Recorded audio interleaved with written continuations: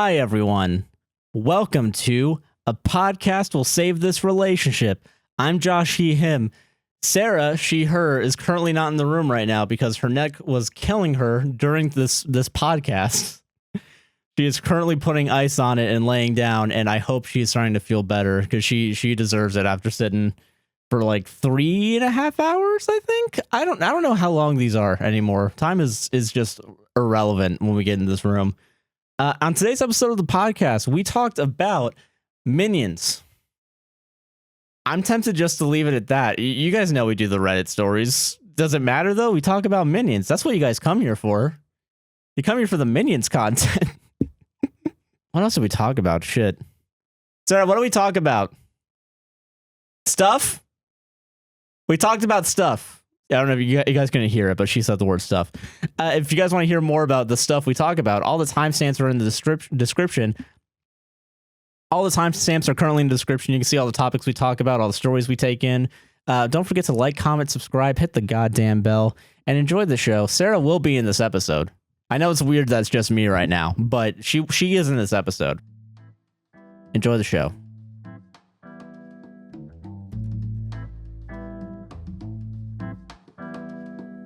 You guys ever have that relatable feeling where you do 500 crushes on the Ring Fit in multitasking mode, so now you just have a worthless piece of shit until you go back into Ring Fit? The worthless? Everyone, high knees right now. Let's go. All right, everyone. This is the workout. Actually, this is the workout episode of APWSTR. Turn that into a GIF. Ow. Sorry. Stomping on my toes. It's workout. It's workout. It's in fine. the name of fitness. And you're also kicking the audience too. Yeah, I'm a little baby. How you doing, Sarah? Doing good. How you doing? I'm doing good. Well, it's a nice chill night. It's a nice chill Saturday night here. Yeah. In the APWSTR studios. True. Yeah. How are you doing? I'm chilling, man. How about you? I'm doing good. How was your day? My day? Yeah. How was it? What is this? Wait a minute. I think you just sucked me into a different show. I don't know. I don't know how to start the show without doing it, saying hi, everyone. I was going to say, we're not doing that yet. Yeah. You sucked me into like a Troy and Abed in the morning. Yeah. Welcome Jeff, introduce your clip. No camera. There's no, I don't know what clip you mean. My name's Sarah O'Heron. I think I'm so cool. Gotcha. I got you off guard. Oh, this isn't for you. There are no cameras. Guys, it's 6 a.m.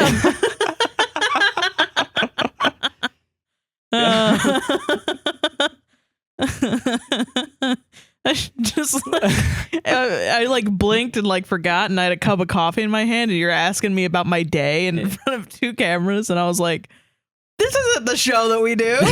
This is wrong. This is wrong. I don't know how to see. I'm stalling actually because I don't want to say the words "I like the Minion movie."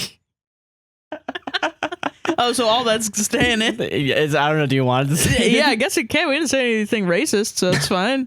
Now, okay, all right. Let's actually. What? Sorry. No, I can't because I acknowledged we didn't say anything racist. Yeah. I'm joking. Okay, all right. I don't know how to start the show. I don't know either. I got soaking wet in the rain today. You did because you made God's pussy wet.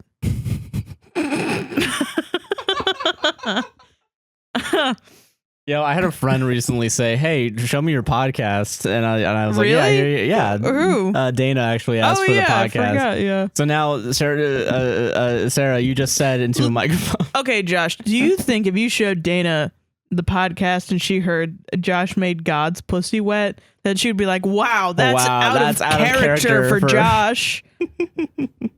That he would. I think it would be funny date if someone who said that.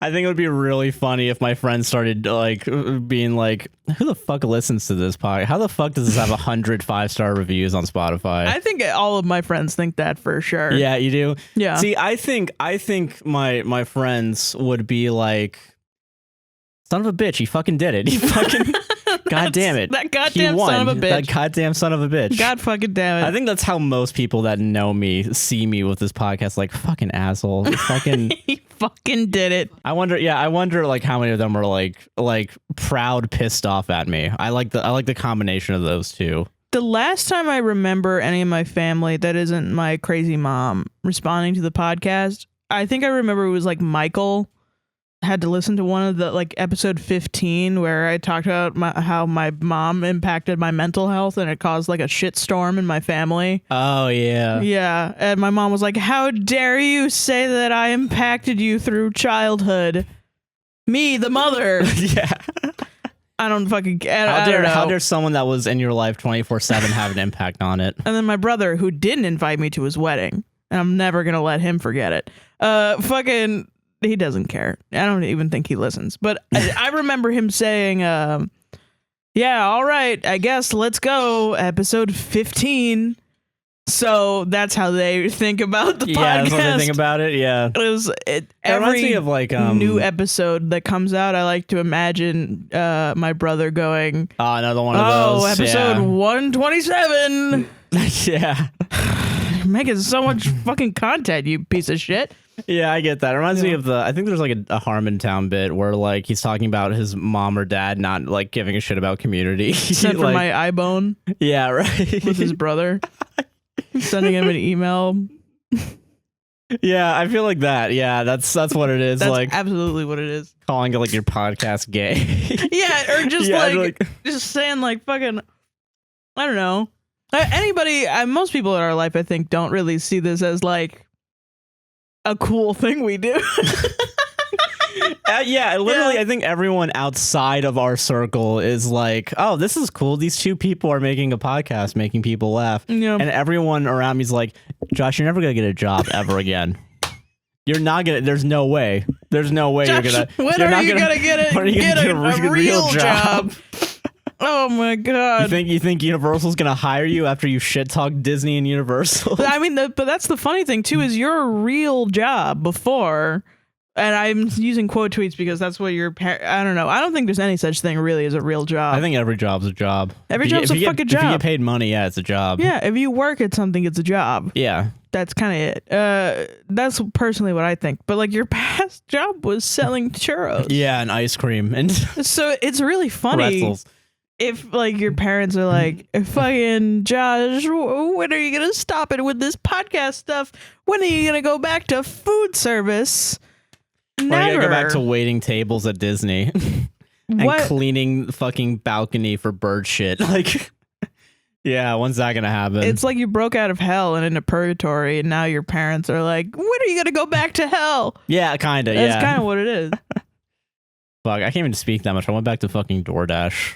DoorDash is good though. DoorDash is at least good. Yeah. I mean, you're not making the food. Yeah, I'm delivering it. Yeah. And then they pay me an extra $2. Yeah, right.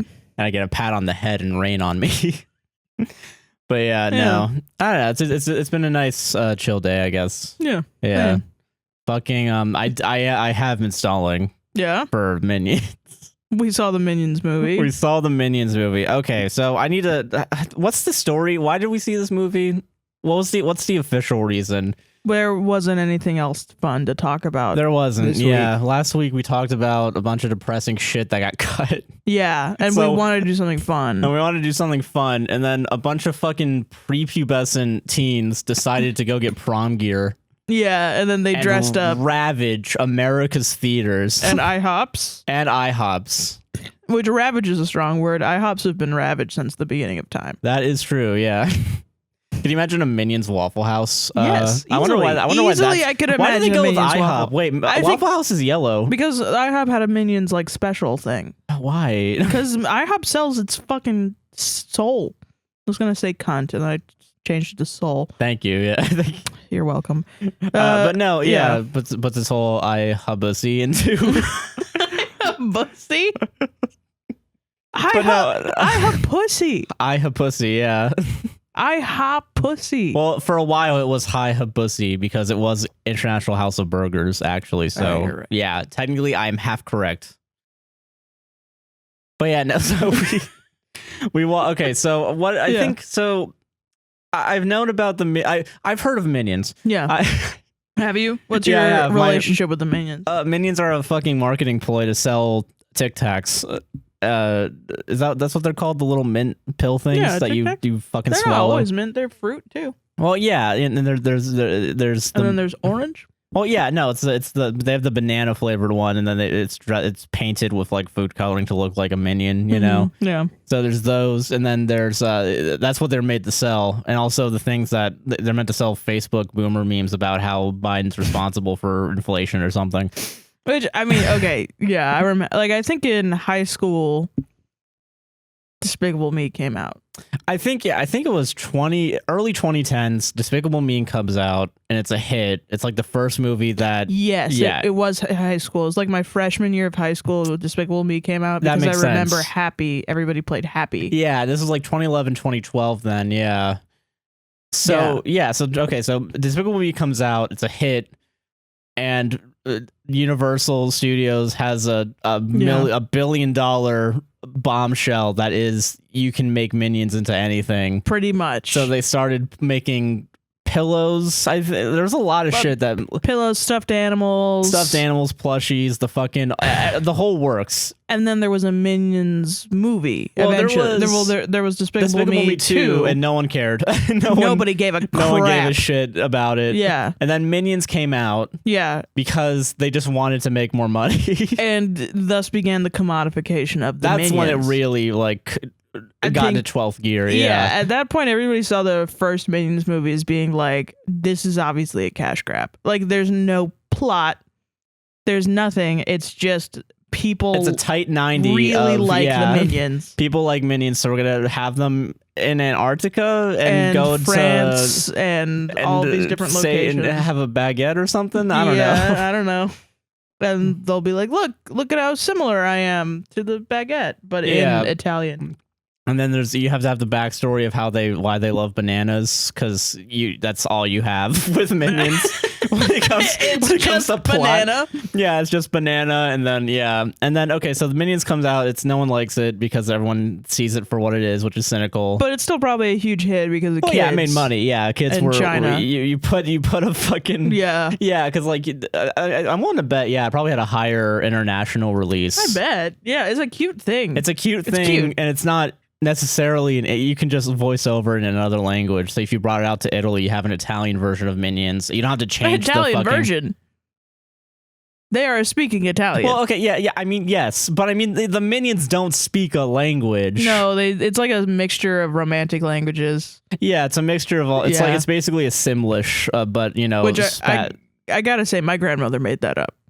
My grandmother grew up in a Spanish Italian household and walked around going Baba Boopy, Boopy. And they stole that from my dead grandmother. Yeah. So you have a lawsuit on your hands. I'm coming for you. You're fucking coming for it. But okay, so Minions movie comes out. It's pushed out everywhere, and everyone, because that movie's only also just like voiceover pretty much. I didn't know that, but I've never seen it. Yeah, I remember I saw so many fucking reviews about it. I remember there was like a Ralph the Movie Maker one where it was like, he was trying to. There was a bit he did where he had to guess all the Minions names because each one has their own unique name. Yeah, and there's the three main ones. And then there's Otto also, and Otto. That won't shut the fuck up. Won't shut the fuck up. But okay, so you have Otto, you have Bob, Stuart. There's a third one. There's a main third one. That was the main three from the original Minions movie. Bob is the sassy one? Bob's the... Or is he the sweet one? I think Bob's the chode. But I feel like there are two chodes because there's one really tall one. The smaller So the sweet little one. Yeah, the sweet one's Bob. Stuart's like the smart one, I think. Yeah, the smart tall one. Smart tall one, and there's a third one that like is sassy and doesn't give a fuck. Yeah, he's the rebel. He's a little bit of a rebel, yeah. And I can't think of that fucking Minion's name. Like it's like, fuck. What the fuck does it start with? I don't know. Fucking goddamn it! I don't know. Who cares? But David. Is it David? I don't know. Okay, I'm gonna look it up. All right, Charles. We have resources available to us, and I'm not using them. But okay, so the Minion movie comes out, right? Everyone hates it, so they decide we gotta go back to the cutting board. They release like a bunch of other shitty movies, whatever. Illumination, yeah. They released Despicable Me 3 that had one of the guys from South Park in it. as the bad guy, and also Steve Carell as Gru's twin brother. What? I don't know anything about that. Yeah, so there's a third Despicable Me. I think it came out like 5 years ago. I want to say 5 years ago, or the Minions came out 5 years ago. I don't know. I don't remember. But yeah, it's literally like that. They reveal that Gru has a brother. I don't know if he's meant to be good or bad. And then I think the guy that plays Cartman in South Park, I think it's Trey Stone, is the one that is the bad guy. You're saying this like with question mark inflection, and I don't know anything. Okay, fine. Despicable Me 3. Hold on. Despicable. We need to know all of this. Because this is a real thing. This is a bumpy road to Minions Rise of Gru. I think you're making yourself insane now. Yeah, because fucking. Okay, here's the plot. Are you ready? What did the Minions do to you, man? They exist, man. They got rid of the Jimmy Neutron ride at Universal, and I have a grudge for it. Okay, I'm sorry. Yeah, and they also got rid of Jimmy Neutron ride. I like the Shrek ride. The Shrek ride's gone. And it's gonna be replaced by fucking Minions now. You liked the Shrek ride? I never went on. I was gonna say I did. It wasn't that. It was you stand around. It's one of those stand around. ones. Yeah, you just sit and you watch a movie. Pretty much. Yeah, but when it's 100 degrees outside on a Florida summer day. But it's like near the entrance, so like the only if you're tired, might as well just walk to your fucking car. Yeah, you're not wrong. Or go to a restaurant. Bro, Despicable Me 3 made $1 billion at the box office against a budget of $80 million. Wow, that's upsetting. Holy shit! Actually, wait, they're showing. They're legit showing Despicable Me 3 right now in theaters. Do you want to go? No. I don't want to because it sounds bad. Okay, so here we go. First of all, Gru's not even the first name in Despicable Me 3. There's a more famous person? Yeah, the Minions. The mischievous Minions hope that Gru will return to a life of crime after the new boss of the Anti-Villain League fires him. Instead, Gru decides to remain retired and travel to Fredonia to meet his long-lost twin brother for the first time. The reunited siblings soon find themselves in an uneasy alliance to take down the elusive Balthazar Brat, a former 1980s child star who seeks revenge against the world. What?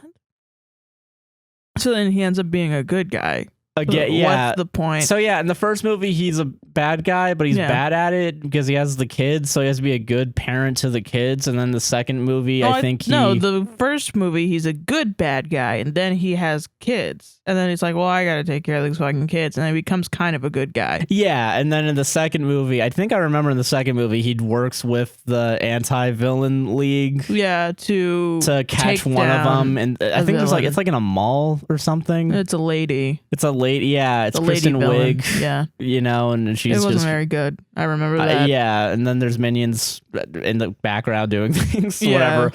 And then, so in the third movie, they just threw in long lost brother, and he's just the fourth one. They're gonna go to space or something. Who cares? They're gonna literally jump a shark. But yeah, okay, and it'll be the best one. It'll be they're gonna. We're referencing Community a lot. Because we're watching it. That's why. We're watching it, yeah. And people love deal with it. Getting rid of the B. People were commenting on that too. Fucking okay. So Minions: Rise of Gru. Let's see if I can find Minions movie where to watch. Yes, thank you. That's exactly what I want.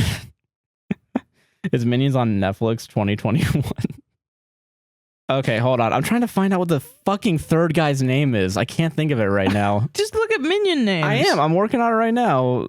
Or is it giving you like name generator Minion names? It might as well. Okay, so let's see. Minions film from, what is it called? So there's Kevin. It's Kevin. I should remember that because Tame Impala's in this. But now I think Bob is the sassy one and Kevin is the small one. Let me see. Okay, hold on. I need voice cast. Yeah.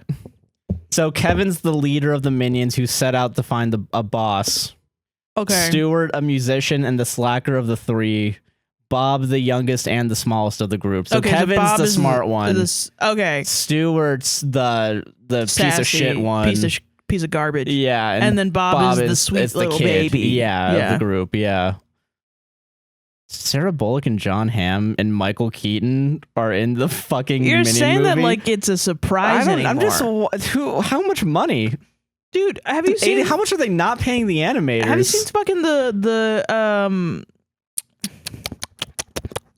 the fucking posters now for animated movies, it's literally just John Hamm. It's John Hamm and fucking... And that's it. Hamm. It's just like individual posters of typography, of like word art, of like the famous actors playing the characters. No character, no concept. It's just like new Pixar slop for your child. John Hamm is in it. Okay, yeah, okay. I actually want to talk about this because this is becoming a thing. Mm-hmm. More, there's this was the first time we ever went to a theater for Minions: Rise of Gru. First ever. In 2 years. Ever in our lives. This is the first time it was Minion movie. Since 2020, I haven't stepped foot in a theater until... Yeah, we did. Wednesday. Did really? Inside Bo Burnham. Fuck, we did. You're right. Yeah, okay, good. Okay, so it's been a year, I think, since we've actually went to go watch a thing inside of a theater. Yes. Which is crazy. Jesus Christ. Time flies. Yeah, it was strange. Yeah. And we went to go see it in like one of the Orlando defunct malls where nothing's open. Yeah. Where it used to be popping. Where it used to be popping and we would go play D&D with people. And even then it was defunct because that was after COVID too. But like fucking, I remember being at like 12 and going to fucking Fashion Square Mall and people were like running around and going to stores. Yeah, and like fucking no one was going to this theater. Like the concession stand was where you had to go to buy tickets. Like they had so and wild. Everything was still themed to like 90s, it feels like 90s theater aesthetic. Yeah. It was pretty rough. It was a little rough. Rough to see. I was surprised how packed the theater was too. There was a lot of people. There was like a school trip there. And there was a teacher who was taking photos with a flash right before the movie. Not during the movie, thank God. No, yeah. But I remember looking down at some point and one of them, someone had their phone out and I just saw like a picture of a Minions costume. And I was like, "What? You're here to watch the fucking movie? Why are you planning for later? They're planning like, all right, that's the Minion kids. Right, that's what you guys are gonna see, yeah, for Halloween or something." But we walked in during the trailers, and there's this like Kung Fu Panda knockoff, but with Samuel L. Jackson and Michael Cera. The dogs one? Yeah, the dogs one. Yeah. And I'm like, what the fuck is going on? I've heard nothing about this movie. Yeah, no, animation is dog shit right now. Like, it's dog shit. Like, 3D animated movies are, like, trash. Like, it's absolutely devoid of any... And I mean, I'm saying this as like a person that doesn't have kids. I'm sure like if I had a kid and the kid was like, I want to go see dog shit 3D, mama. I'd be like, all right, I gotta find the tickets to go see dog shit 3D. And then I would go at like Sunday at like 9 a.m. to go see dog shit 3D. And it's like, look, it's everyone that you thought is too good to be in this. And they're all like, bark, bark, I'm going to kick your butt. Oh, yeah, because remember when the Emoji Movie came out and Patrick Stewart was the shit emoji? Yeah. Like, this is just like... Yeah, no, it's just been like that. It's just been forever. like this, actually, yeah. What the fuck? Yeah, no, it's stopped like actual... It's been a big deal in the animation industry from what I've seen on Twitter, is that most people are like, hire voice actors to play... Yeah. Like, don't just hire any actor. Yeah, anyone that you think will top bill a fucking... Yeah, and that's why you get shit like Boss Baby, where, like, the villain is, like, it's, like, Howie Mandel or something. Someone similar. And, like, he's phoning it fucking in the entire time. He's like, oh, I can do a movie and just be inside a sound booth? Like, dude, I can wear joggers when I go into act today? Fuck yeah. Yeah, like, that's why you get a fucking movie where the villain sounds like, no, stop. Fucking sweet gig. I'd do that. Hire me. But yeah. I mean, I'm sure there are some animated movies out there that I don't know about because I don't have kids that are, like, really good. Well, that's the thing. It's interesting because it feels like... What is it? It still feels like TV is the only place to go for like animation of any kind. Well, the only place really to go is Disney Plus. Yeah, and then there are other ones too that don't ever get talked about as much as Disney Plus for sure. Because I know that the Bob's Burger movie was really good. Yeah, it was probably really good, and like that. Like I remember a bunch of people showing the stills of like between the show versus the movie. And I'm like, oh fuck, they really went all out for the. Yeah, usually when you have like a TV show that like is changed into animation, they just add shadows. That's it. Yeah, and I was like, yeah, nice. This is some nice shadows. Yeah, they did that for Family Guy too. The Family Guy movie. Yeah, true. And the Simpsons movie. Yeah, you're right. Thing. Yeah, still. but the animation like was so fucking smooth in Bob's Burgers, the movie. I remember like Family you watched Guy. the Bob's Burgers movie? No, I've seen clips. Oh, okay, all right. They have like a whole dancing scene with all the kids where they have to do like a whole thing. And fucking Family Guy recently, one of their jokes was like, it's Bob's Burgers because Chris says like, I'll go watch Bob's Burgers because apparently I'm supposed to like identify with that is what everybody in my age group is telling me. And then I don't know, something stupid and meta. And then Peter goes like, that show looks like it was animated in a moving car. Is what he said, which is a funny joke, and I wish there were more funny Family Guy jokes like that.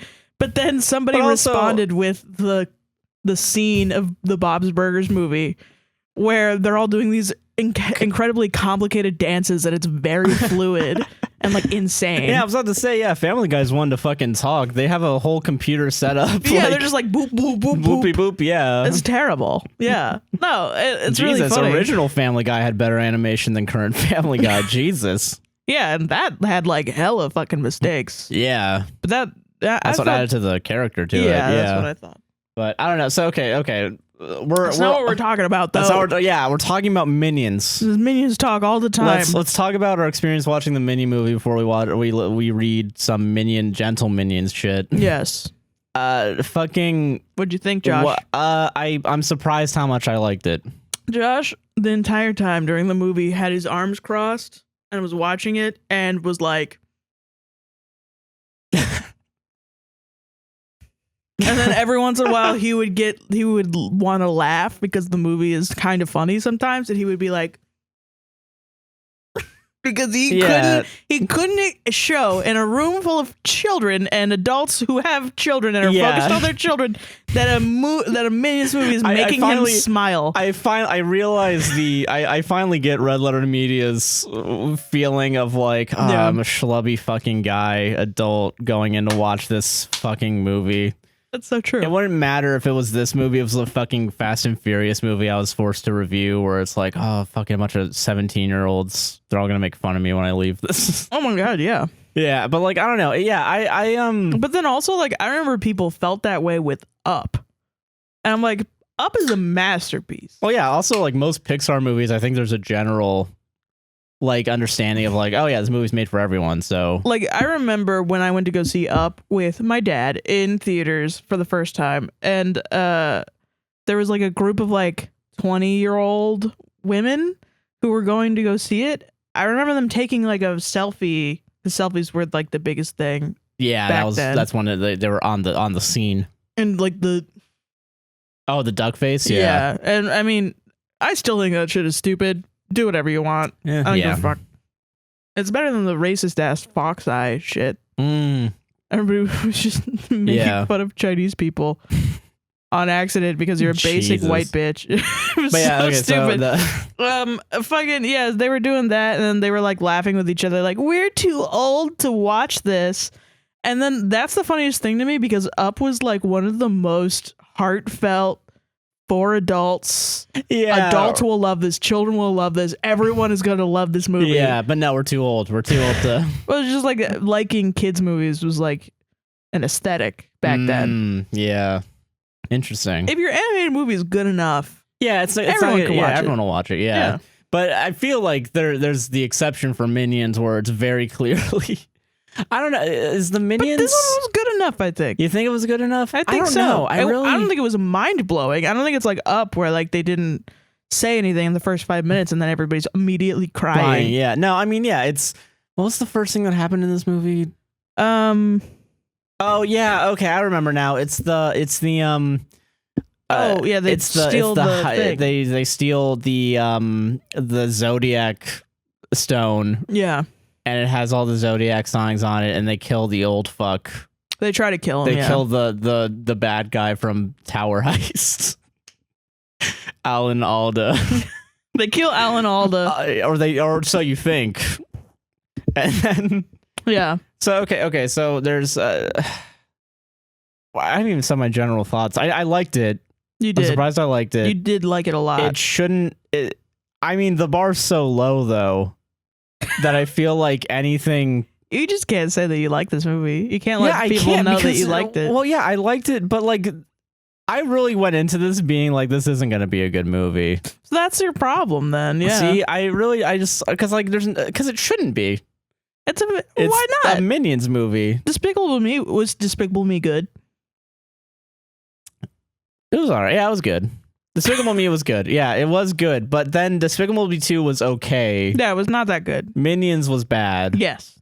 Despicable Me 3 was also, bad. From what I was Probably told, bad. So the track record was dipping. Right, but the average fucking score. But Despicable Me 1 was still good. So good.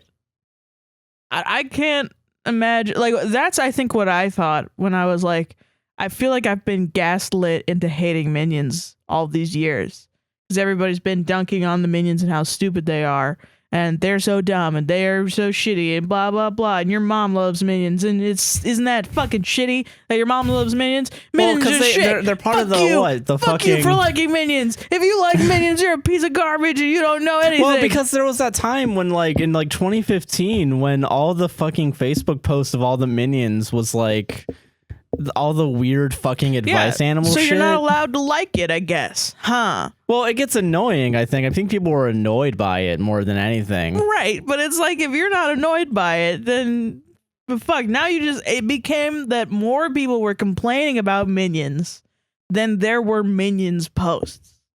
You know what I mean? And so I get that. So now what happened to me was I transformed. I had a shitty morning. I'd walk outside and deal with shitty fucking people, and I was just like sitting there. I had a bad sleep, I think, and I just woke up and I was fucking not having it. And I told you this, which is so funny. I thought, am I in too bad of a mood to watch this Minions movie? And then I sit there and I start watching, and all my fucking troubles melted away. And I will say, yeah, I started watching this movie and I was like, oh yeah, this is a delight. This world is a delight. I enjoy this world. Yeah, that's the weird thing where it's kind of like, it's enjoyable. It's not, it's okay. It's weird.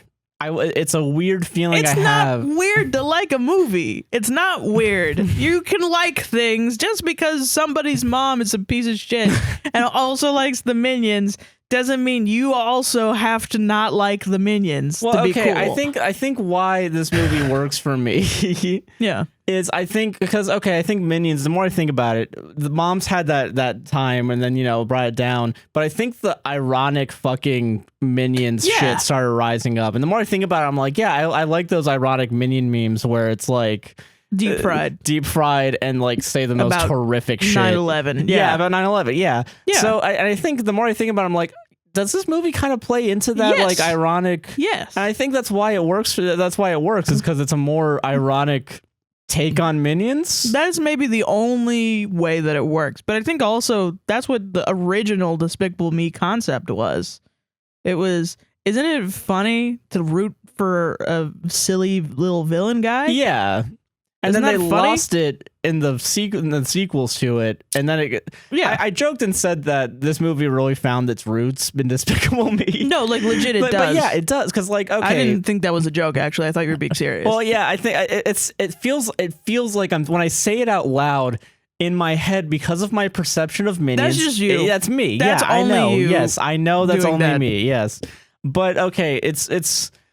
Other people here are here to fucking talk about Minions. Yes. Okay. So, all right. The serious discussion about Minions. Okay. So the reason why this movie works is because, like in Despicable Me 1. Yeah. Well, first of all, Gru's in it in this movie. Yeah. He is a child. He's a child. I was watching some videos. Some guy said they didn't like Gru as a child. I think it works like perfectly because the Minions are growing up with Gru, and it makes total sense. I think also for Gru to be like a good dad.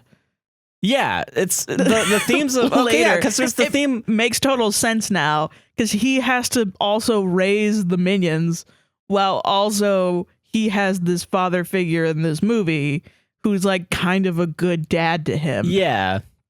Despite the fact that he doesn't want to be a good dad at first, or has no intention of being a good dad at first. Yeah, it's like that's what happens in the first movie is that Gru adopts 3 kids and doesn't want to do it, but then becomes and then like, there's it would be a really shitty movie if Gru was a fucking psychopath. It would be No Country for Old Men from the point of view of Anton Chigurh.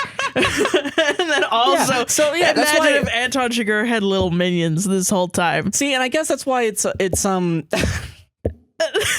fucking light under the fucking door, but it's the little minion feet. Holy crap.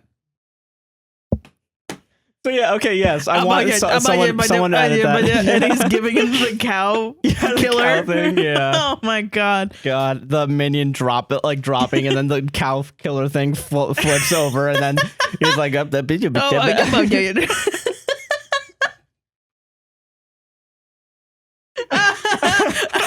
The coin flip scene, it's totally silent, and then in the background you hear them like messing around with the car. Someone, for the love of God, make an edit into No Country for Old Men as Anton Chigurh. As like Anton Chigurh's little minions, yeah. Oh my god! But okay, to be serious, yeah. Well, back to seriousness. So I guess that's why this movie. Well, someone actually gave a shit. Finally, I feel like that's what it is. Is like you can't beat an animated movie where you sit down and from toe to goddamn tip, writing, storyboarding, cinematography, textures, backgrounds, animation, of course, all these different shit. Everyone loved it. Everyone cared for the movie. That's weird because it really, and I guess that's why it's a shock because it doesn't feel like anyone would have cared about making a Minions movie in a post-Trump COVID Biden world. Roe versus Wade, fascist hellscape, and then you get to hear that some people just care about a stupid little Minions movie. It's beautiful. Minions, it brings a tear to my eye. Yeah, so that's why.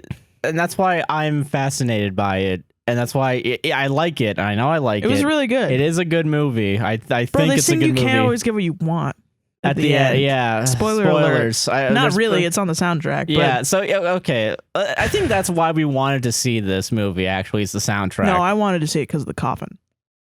I wanted to see it because of the soundtrack. Yeah, you did. Because Phoebe Bridgers is on the fucking sound. Brockhampton. Yeah. Tame Impala. It's only one guy. Do you guys know that? Was there on the soundtrack with the main fucking song. Josh, it's not Tame Impalas. It's not Tames Impalas. Yeah. It could be Tames Impala, though, because Tames is an action. But yeah, okay, so there's multiple Tames. Callie Ooks is on. There's a lot of fucking people on the soundtrack. There's a lot of good people. Yeah. And they're covering like famous 70s songs. Yeah. And it's like, what the fuck's going on? Yeah, it was very much like what's going on in there? I want to know. You know what? At what point in the movie does Phoebe Bridgers come out and start Not one singing? time. Not once. Yeah, Not they once. use the actual because they pick and choose when to use covers and not to use covers, which is interesting. I think it's fine. Yeah, I think it's just a. Sorry, I was just thinking about when Stuart is on his knees after Gru runs away, and it's like in the dark in the rain, and he's like, "No!" And I'm just thinking about that scene. Is like. It's so funny. It's funny. I will say, a lot of funny image that I now have in my brain that I can just call upon. It's just that wide shot, that ultra wide, and there's just a small minion in a sad landscape. I just want to paint it. I want to have it in my home. Oh yeah, you know, there's that funny fucking. It's when it's goodbye to love, and there's the. I will say, I think I liked in this movie the costumed minions more than in other minion things, because there's the scene in like the first Minions where it's like Napoleon minions, and I think it was like overplayed a little bit, but there's not like 100 minions all dressed as the same thing, which I think is good, because what is it, there's the 70s porno stash minion with the mullet, and then there's like the 70s mom with the Farrah Fawcett hair. And then there's the disco minion playing the thing and plays it at the wrong time and changes it to goodbye to love, and then all the minions sway back and forth as they're sad because Gru's leaving. And then there's oh fuck yeah, wait, hold on. It's just good. It's just a good movie. It's a good movie, and it's hard for me to say that after. I know we've been hating on the Minions, and I mean we in the royal we. I'm talking about we you as a too. society. We as a society have been. You also. We've all just been hating on the Minions, and we need to apologize. Wow. Okay. We need to apologize to the Minions. No, I think this movie's an apology to us. I think. No, I don't think so. I think that's what it is. No, because like Minions are why Trump got elected in 2016. Pretty sure that was Russia, Josh. Yeah, Russia made a bunch of Minion memes. Russia got on their fucking MS Paint and they got a bootlegged copy of Windows, booted up a bootleg version of MS Paint and Photoshop. Somebody photoshopped the Minions hacking into the U.S. servers. Yeah. And Putin telling them they're minions to Putin. Well, yeah, because like fucking okay, yeah. But like okay, so yeah, but I guess because like I don't know, you can't make 3 shitty movies and then make me apologize when you make the second good one in your series. Stuart, come in here. Release the Democrats' emails. A minion saying but her emails. But your email. Trump's legal defense during the first impeachment. Okay, but yeah, okay, so I guess that's my like I don't know. It's like I lost what I was gonna say because I can't stop thinking about funny Minion meme edits. Yeah, I know, it's so good. The 9/11 one's really good. The 9/11 one it's a classic. It's classic. You put Minions in a plane. You are asking for 9/11 edits, man. It's so like tied into the culture. I guess how I reacted to it was I sat down and I started watching it, and my brain activated a happiness that I had not had in a long time, which is sitting down and watching a good animated movie. And I kind of felt like, you son of a bitch. You fucking did it. You fucking got me. You got me. You got me. You really got me. You really pulled the wool over my ass. What's the Big Joel tweet? I didn't sit down and watch Minions. I sat my white ass down and listened. Yeah, exactly. Yeah, that's what it's just weird. It's just why? Go out and have a fun time. Yeah, man. it's a fun movie. I mean, I don't know. So I guess like I do actually have some criticism about it.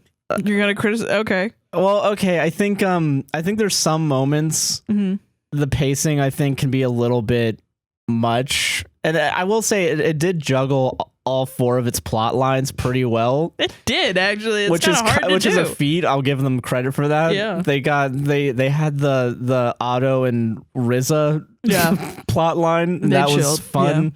There's the Minions have to learn karate. With a stereotypical. Was that racist? Yeah, that was the whole. I don't know if that's racist or not. I think that's why it had to be San Francisco, was they needed to, and why they needed to fly was because they wanted to be based on this Zodiac situation, right? Yeah. And so the only place I think I could possibly, with the Chinese New Year, they wanted it to be like a whole thing about the Chinese New Year. It becomes activated. The only place where you could really celebrate Chinese culture or the Chinese New Year or the Zodiac is in San Francisco and Chinatown, without even kind of being racist. It is a little like, these are some stereotypes. Yeah, there's for sure. I'm not Chinese. I'm not even remotely Asian. You aren't either. So obviously. Yeah, I don't know. I have no place saying this. So I don't know, but as a white person who is annoyingly trying to be anti-racist, it felt a little uncomfortable. Well, because I know what they were trying to do. They were trying to go for the 70s like exploitation films with that. Yeah.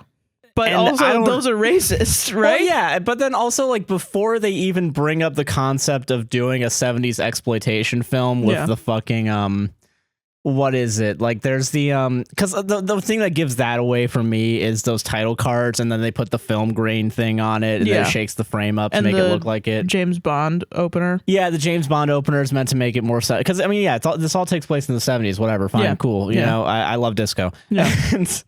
But I think beforehand, though, I think there's still a little bit of that. Like, it's not necessarily winking yet when it comes to introducing the lady. But I guess my point is, with the lady and with all of the things, the stereotypes that she has to show you for it to be a kung fu exploitation film, nod.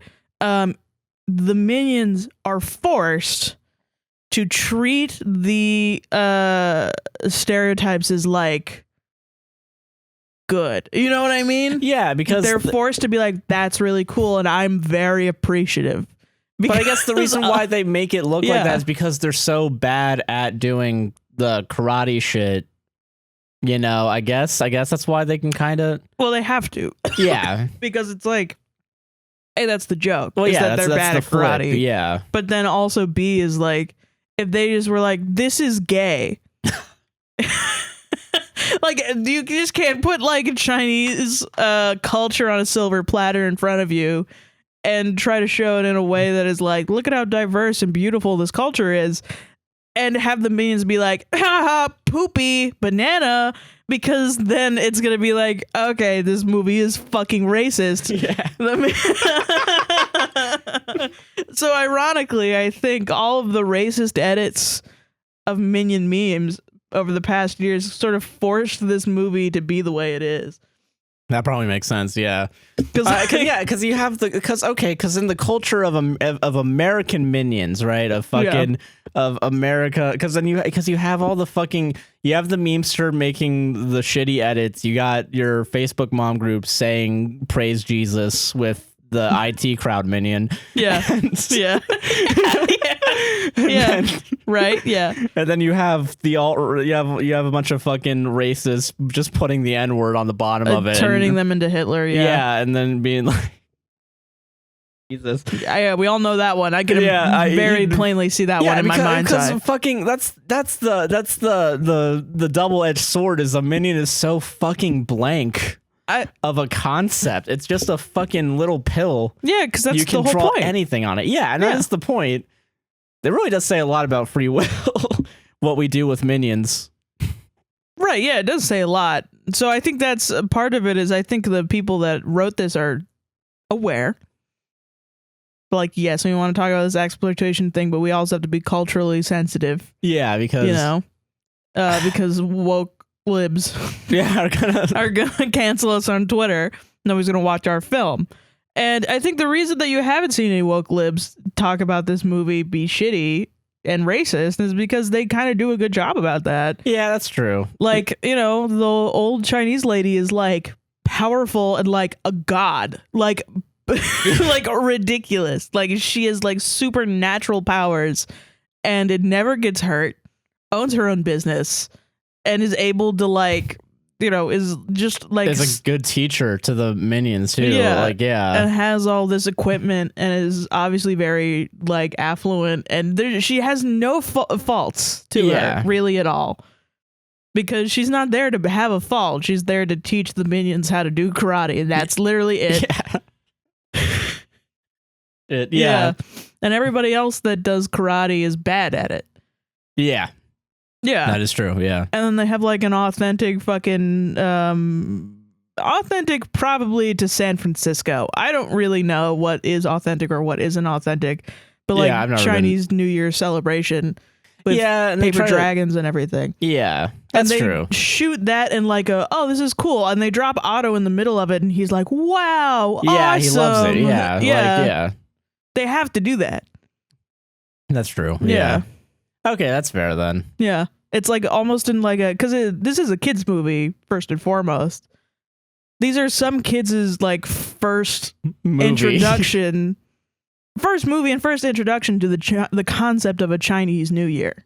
Yeah, so you have to do it right. You have to do it with the credence, and tastefully. Yeah. Yeah.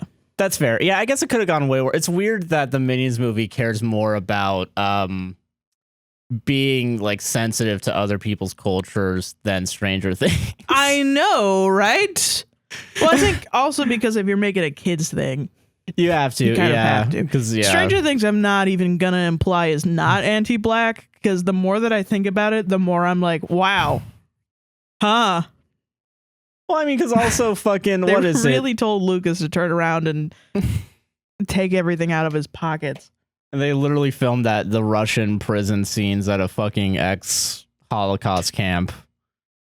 That's what I don't think anybody's criticizing that, but I think they also should be. Well, because they also. Well, what are you gonna do there? Not shoot Stranger Things? Well, they probably don't make a fucking haunted house out of it. Dude, that would be awesome if they did, though.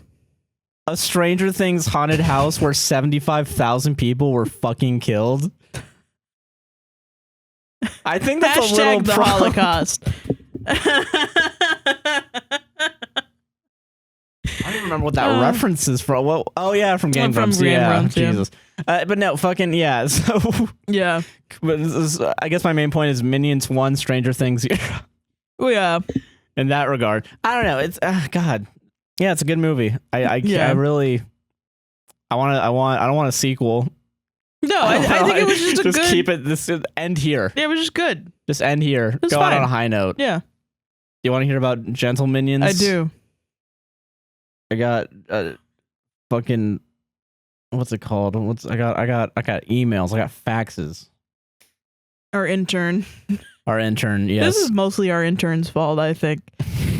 And I say fault like it's a bad thing. No, a good thing. It was a very good thing. Yes. She literally was just like, go out and see Minions, and I'll write up like a fucking 5-page dossier on Gentleminions for you to read. Yeah, I think this was another reason why I wanted to watch this movie, was just because of all the people in suits. Then you have Mr. Beast buying out an entire theater to fucking. And then there's kids. Yeah, and then gross. Yeah, Weird. Mr. Beast trying to be the new Jeffrey Epstein here, trafficking a bunch of 13-year-old teens into a Minions movie and then putting them on a plane. I think the new Jeffrey Epsteins are all the people on the list, probably. Yeah. They're all scrambling to... Yeah. Okay, enough about Jeffrey Epstein. So yeah. All right, so I have an article here, and also I have a list of all the fucking brand deals that the marketing team has made, because there's too many. Well, yeah, it's Minions. It's Minions. What do you expect? Do you expect them not to? Yeah. I mean, yeah, true. I expect to see Minions vinyl. True. There's got to be vinyl on this for the new soundtrack. Yeah, and that's got to come with like a Minions. It's gonna be a yellow vinyl with the blue center with the eye. Oh, in the center. Yeah, you're right. Yeah. Okay, but I got an article about Gentleminions. For those of you who don't know what Gentleminions is, it's the hit trend where a bunch of you get a suit on. Yeah. And you go to the movie theater and then you do the Harlem Shake or. What they'll they not do the Harlem Shake, but they go like crazy. Yeah. Like kids doing the Harlem Shake nowadays is fucking wild. Go like they basically turn into a huge party where like you're just jumping up and down to the music during the movie. I've seen footage of that. Wait, really? Yeah. I thought you just show up in suits. Some people do that. Some people just watch it and don't do anything. But a lot of people take it like really seriously, where they'll like fucking applaud, standing ovation, fucking. Shit like that. Wow, that's why some movie theaters decided not to do it. Because then also I think they also get mad because people are filming the movie while they're doing it, because they're all dressing up in the suits and then putting it on TikTok while they're watching the movie. I get kind of. Yeah, you guys need to stop that. Yeah, But here we go. So that's like showing up at McDonald's and demanding Szechuan sauce. Kinda, yeah. That's exactly what that is. But I have an article here. I guess we'll learn more hopefully about this. Okay, let's go. So the teen behind the Gentleminions trend says viral video was inspired by childhood nostalgia. This is an article written by Callan Rosenblatt. Okay. Bill Hurst knows people. I can't read. People. Bill Hurst knows people may get confused seeing young moviegoers walking around in suits to see Minions Rise of Gru. But the teen behind the Gentleminions, what's become the latest viral social media trend on TikTok, said the act was not meant to offend or confuse people. It was just something fun that he and his friends decided to do that unexpectedly blew up. Which is, I guess, how most things happen, I guess. Yeah, you kind of... I guess so, yeah. But also, if you're going to call something Gentleminions, which is such a good name for it. It works too well. I think we're hyping up the poor idea of a white teen man, a white teen boy. The more I think about it, the more I think about white teen boys showing up at Gentleminions and committing a Gentleminion, bouncing up and down and throwing shit around. I think, what a shitty idea. Yeah, maybe it's not a great idea. Yeah. This does actually not deserve an article. Methinks.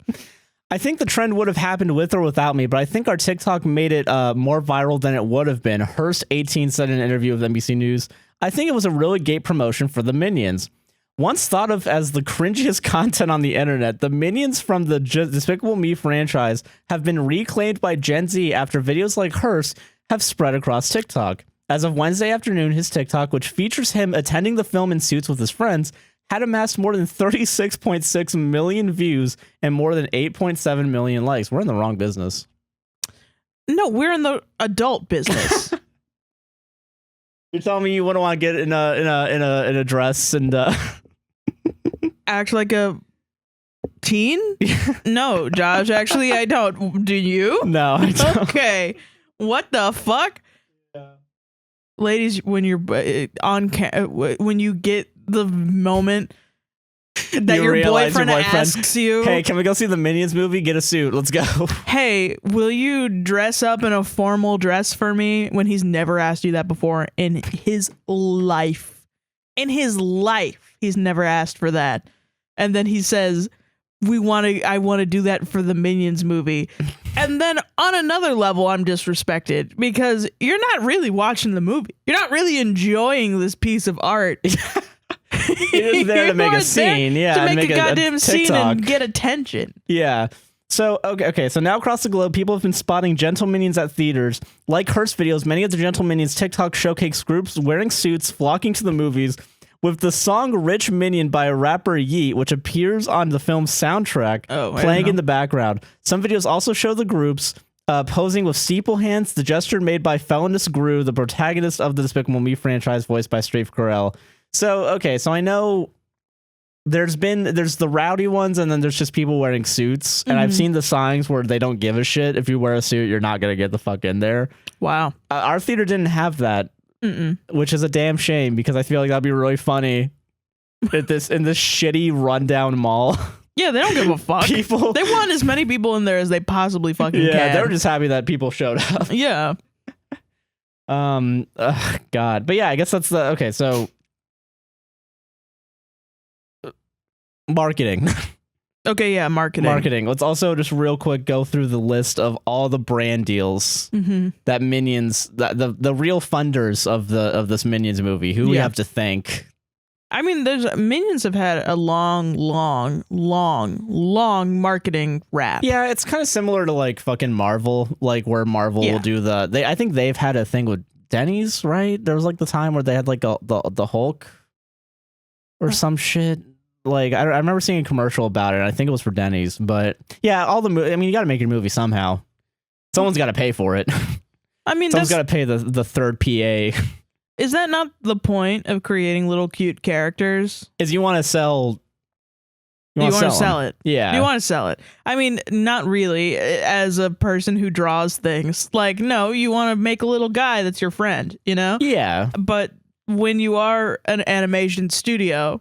Yeah, when you have when you're dressed up ready to go see the Minions movie, when you're a bigwig in a suit. Yeah, when you're making a product for children, you're thinking Happy Meals, you're thinking fucking toys, you know, all like, different types of things. How do we get the money? How do we get them in? Yeah.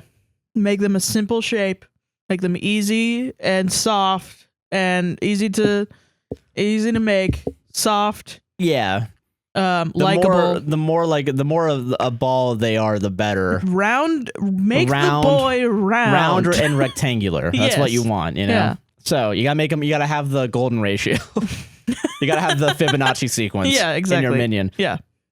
So the note here from Carly is, the marketing team behind the Minions movie went crazy. The Minions currently have partnerships and brand deals with HelloFresh, Liberty Mutual, Fandango, CarMax, Hippies, parentheses, Chickpea Puffs, Floret, parentheses, bagged salads, Abe's Vegan Muffins, Plum Goodness Body Wash and Lotion, Supergoop Sunscreen, Lyrical Lemonade, music website and newsletter, McDonald's India, Olipop, Health Soda Brand, Body Love, parentheses, Showerheads, Tupperware, American Ninja Warrior, The Wiggles, New York City Skyscraper, and Mattel.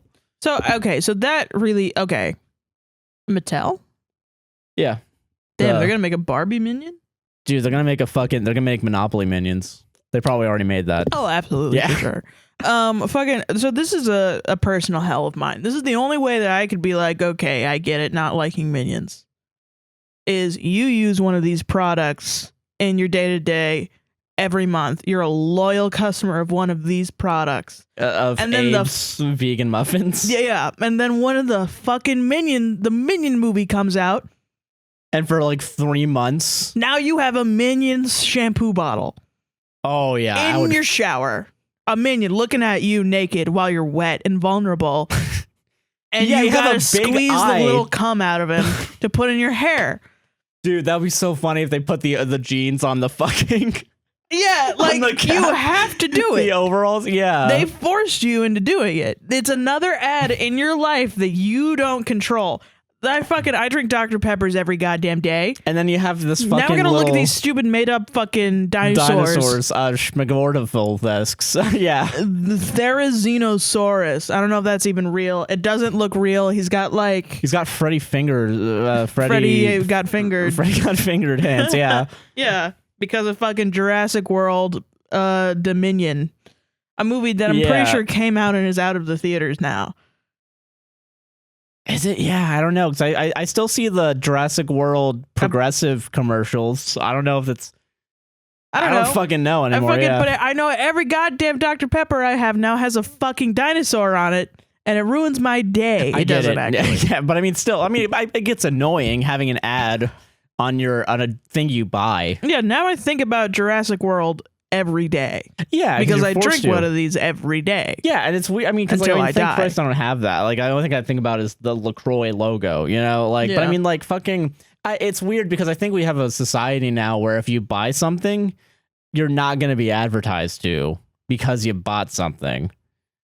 Which isn't necessarily true because I know Hulu you still got to pay for and you get ads and shit. I think we're losing that. I think that's my point. Yeah, it's that's true. We're losing that part of I guess it's always been like that. Yeah, where it's like, you know, that episode of Black Mirror. It's like the famous one where it's the American Idol one. Oh, the 15 million credits. Yeah. It's their cell blocks are made of LED screens. So you're forced to watch everything. Yeah. Yeah. They have like fucking, you have to watch like 30 seconds of ads before it turns off and you can go to sleep. Yeah. Or you have to pay credits so that you can get something else instead of just ads all night while you are asleep. And it gets to a point where, spoiler alert for that episode of Black Mirror, the guy from Get Out likes this girl and the girl likes singing. Yeah. And then she goes on this like American Idol fucking thing and they go, that was terrible.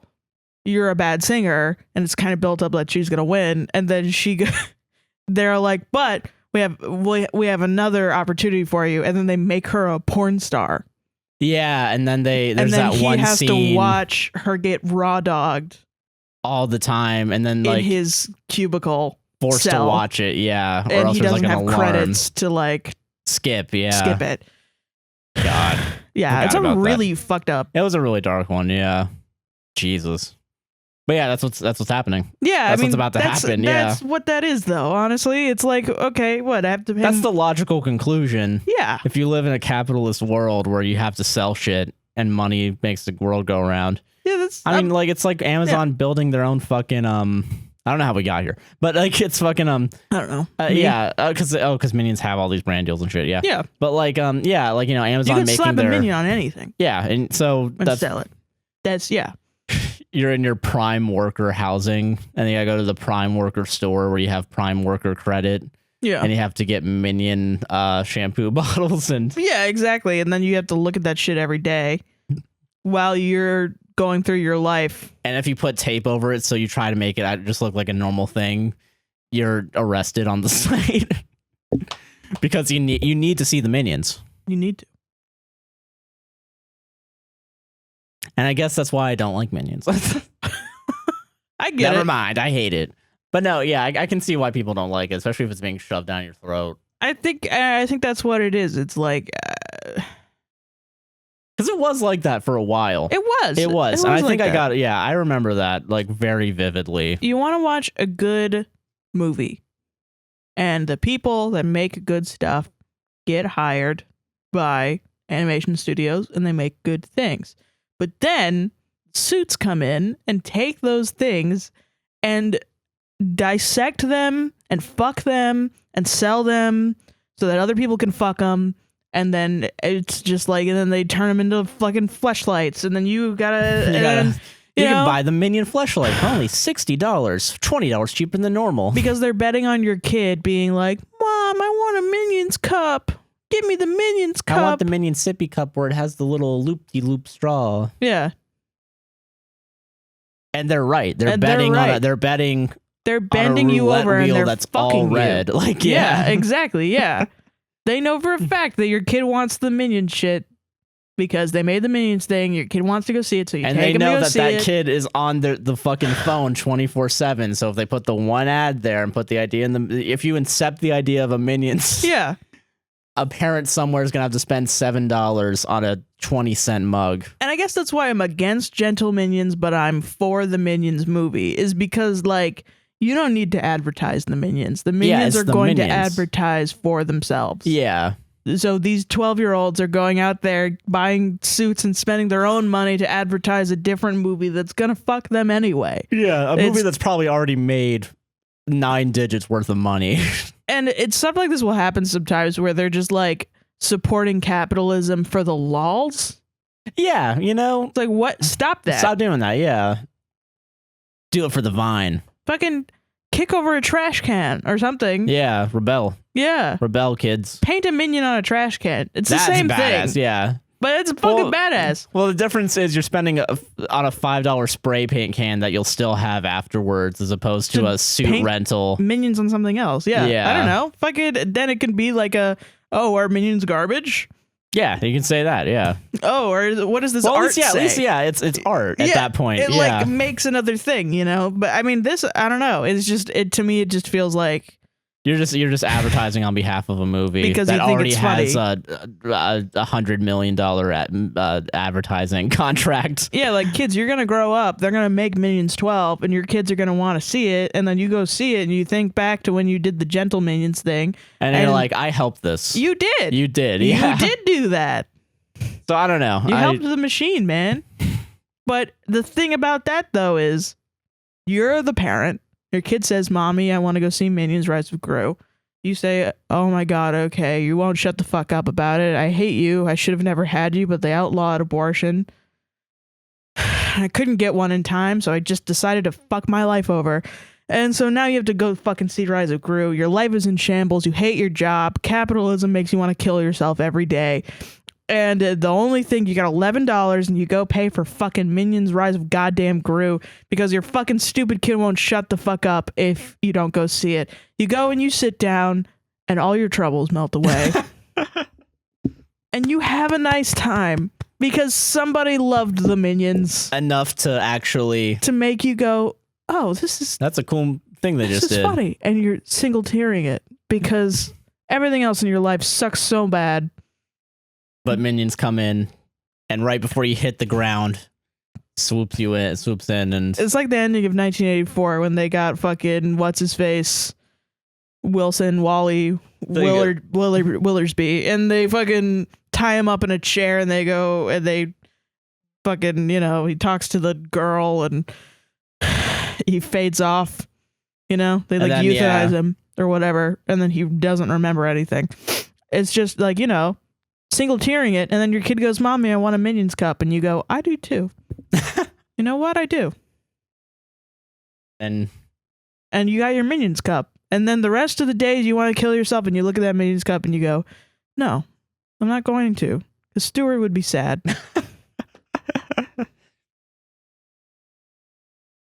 Kevin. Is it good or is it bad? Is it bad? I don't know. That's for you to decide. Which way, modern man? God. There you go. Good movie. Good movie. Yeah, we recommend it. Maybe no, it's good. Pirate it. No, it's good. Yeah. Wait for it to come out. Don't go into a crowded theater during COVID. Or actually do, because it was actually more I will say, like, watching it, there were a couple of times that they nodded to characters that I forgot because I didn't remember watching the movie. Oh yeah, because they had Dr. Nefario. 9-year-old girl goes, "Oh, that's the guy that does that's his agent in like the first movie."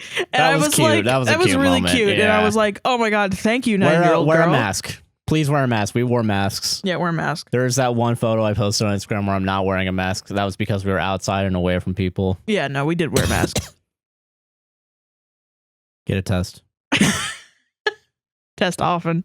But no, legit, COVID's... Yeah, COVID's still... Yeah, please keep wearing masks. Yeah. As someone who's doing DoorDash and no one wears fucking masks anymore, wear masks, Josh please. has to double mask for DoorDash. I actually didn't double mask today because I lost the smaller mask. What? But I have my K95, so I should be okay-ish. Okay. Yeah.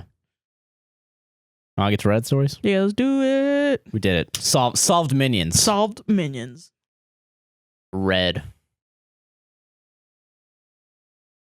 I gotta buy something for my neck. You gotta get one of those. You gotta get one of those wands that's meant for vibrating your pussy, but are actually meant for. What are those called, Josh? The vibrating your pussy ears. Yeah, that's what they're called. Yeah, right. Yes. Yeah. Yeah, go on to adamandeve.com and use code APWSTR to get that are meant for vibrating your pussy. Yeah. But they're advertised as like some bullshit like neck massager. High key, yeah. Welcome to the Reddit segment. Welcome to the Reddit. Sarah, do you have a Reddit? Have you prepared for the class a Reddit story? Should I break up with my boyfriend? He constantly embarrasses me, yet my own friends have stated that I'm unappreciative of him. Oh shit. Oh no. Fuck. Oh fuck. Whatever shall we do? So my 18 female boyfriend, 18 male. So we all know how serious this is. All right, we got a bunch of teens teening it out. I've been dating for approximately 3 months now. And you're already on Reddit. Yeah, right? Already. I got some bad news for you. While I understand that it's early, there's honestly been a lot of things about him that have made me question being in the relationship. However, I can't tell if I'm asking for too much here or whether these are valid issues. Okay. Now, listen, I gotta say, like, when we were in a relationship, we were each other's first long-term relationship. Yeah. Were? We still are. Oh, yeah, I guess so. It's true. But I mean, like, like the feeling of being new? Where you're like, I don't know if I'm doing it right. Yeah, Am I doing it right? Yeah. I get it. Okay. I understand that, yeah. Now we have a numbered list. Oh, shit. So is this like ranked on importance then, or? No, I think it's just in general. Random, okay. Number 1 is he lies constantly. Oh, although these are about petty things, when we first met, he told me how much his dad is a mafia boss, parentheses, question mark, and how much money his family comes from. Yet, he continuously wears the same outfits on repeat. I mean, I remember him wearing the same pair of jeans for 3 weeks straight. Not to mention, almost all of his clothes have stains everywhere. I remember asking him to dress fancy for my birthday lunch. He wore these same ripped jeans and an old sweater when I let him know I had dressed up for hours, so it would be nice for him to somewhat match the energy. Put on a dress shirt and some nice pants, maybe? Nah, rebel. You come to me on the day of your birthday dinner asking for some dressy clothes. Right, because he's a mafia boss. Yeah, he's a mafia boss, yeah. He does not care about putting in any effort in front of my friends. The first time we all went out together to a museum, he had grease stains. I'm someone who's always put together. I've asked for flowers so many times I didn't even get them on my birthday. He ended up delivering a flower teddy bear to me a day late and blamed it on the florist company, but really I think it was a lack of planning. All his money is literally illegal. What? Wait. I'll say it again. All his money is literally illegal. He never put in any effort at school, skips class daily, and is taking a gap year next year. And I'm currently in the International Baccalaureate program for perspective on how seriously I take my academics. I mean, good for you, but also nerd. Also, you didn't elaborate more on the illegal thing. That sounds like an interesting. He gotta sell drugs, right? It's probably, yeah. He's got to do that. There's just such a contrast.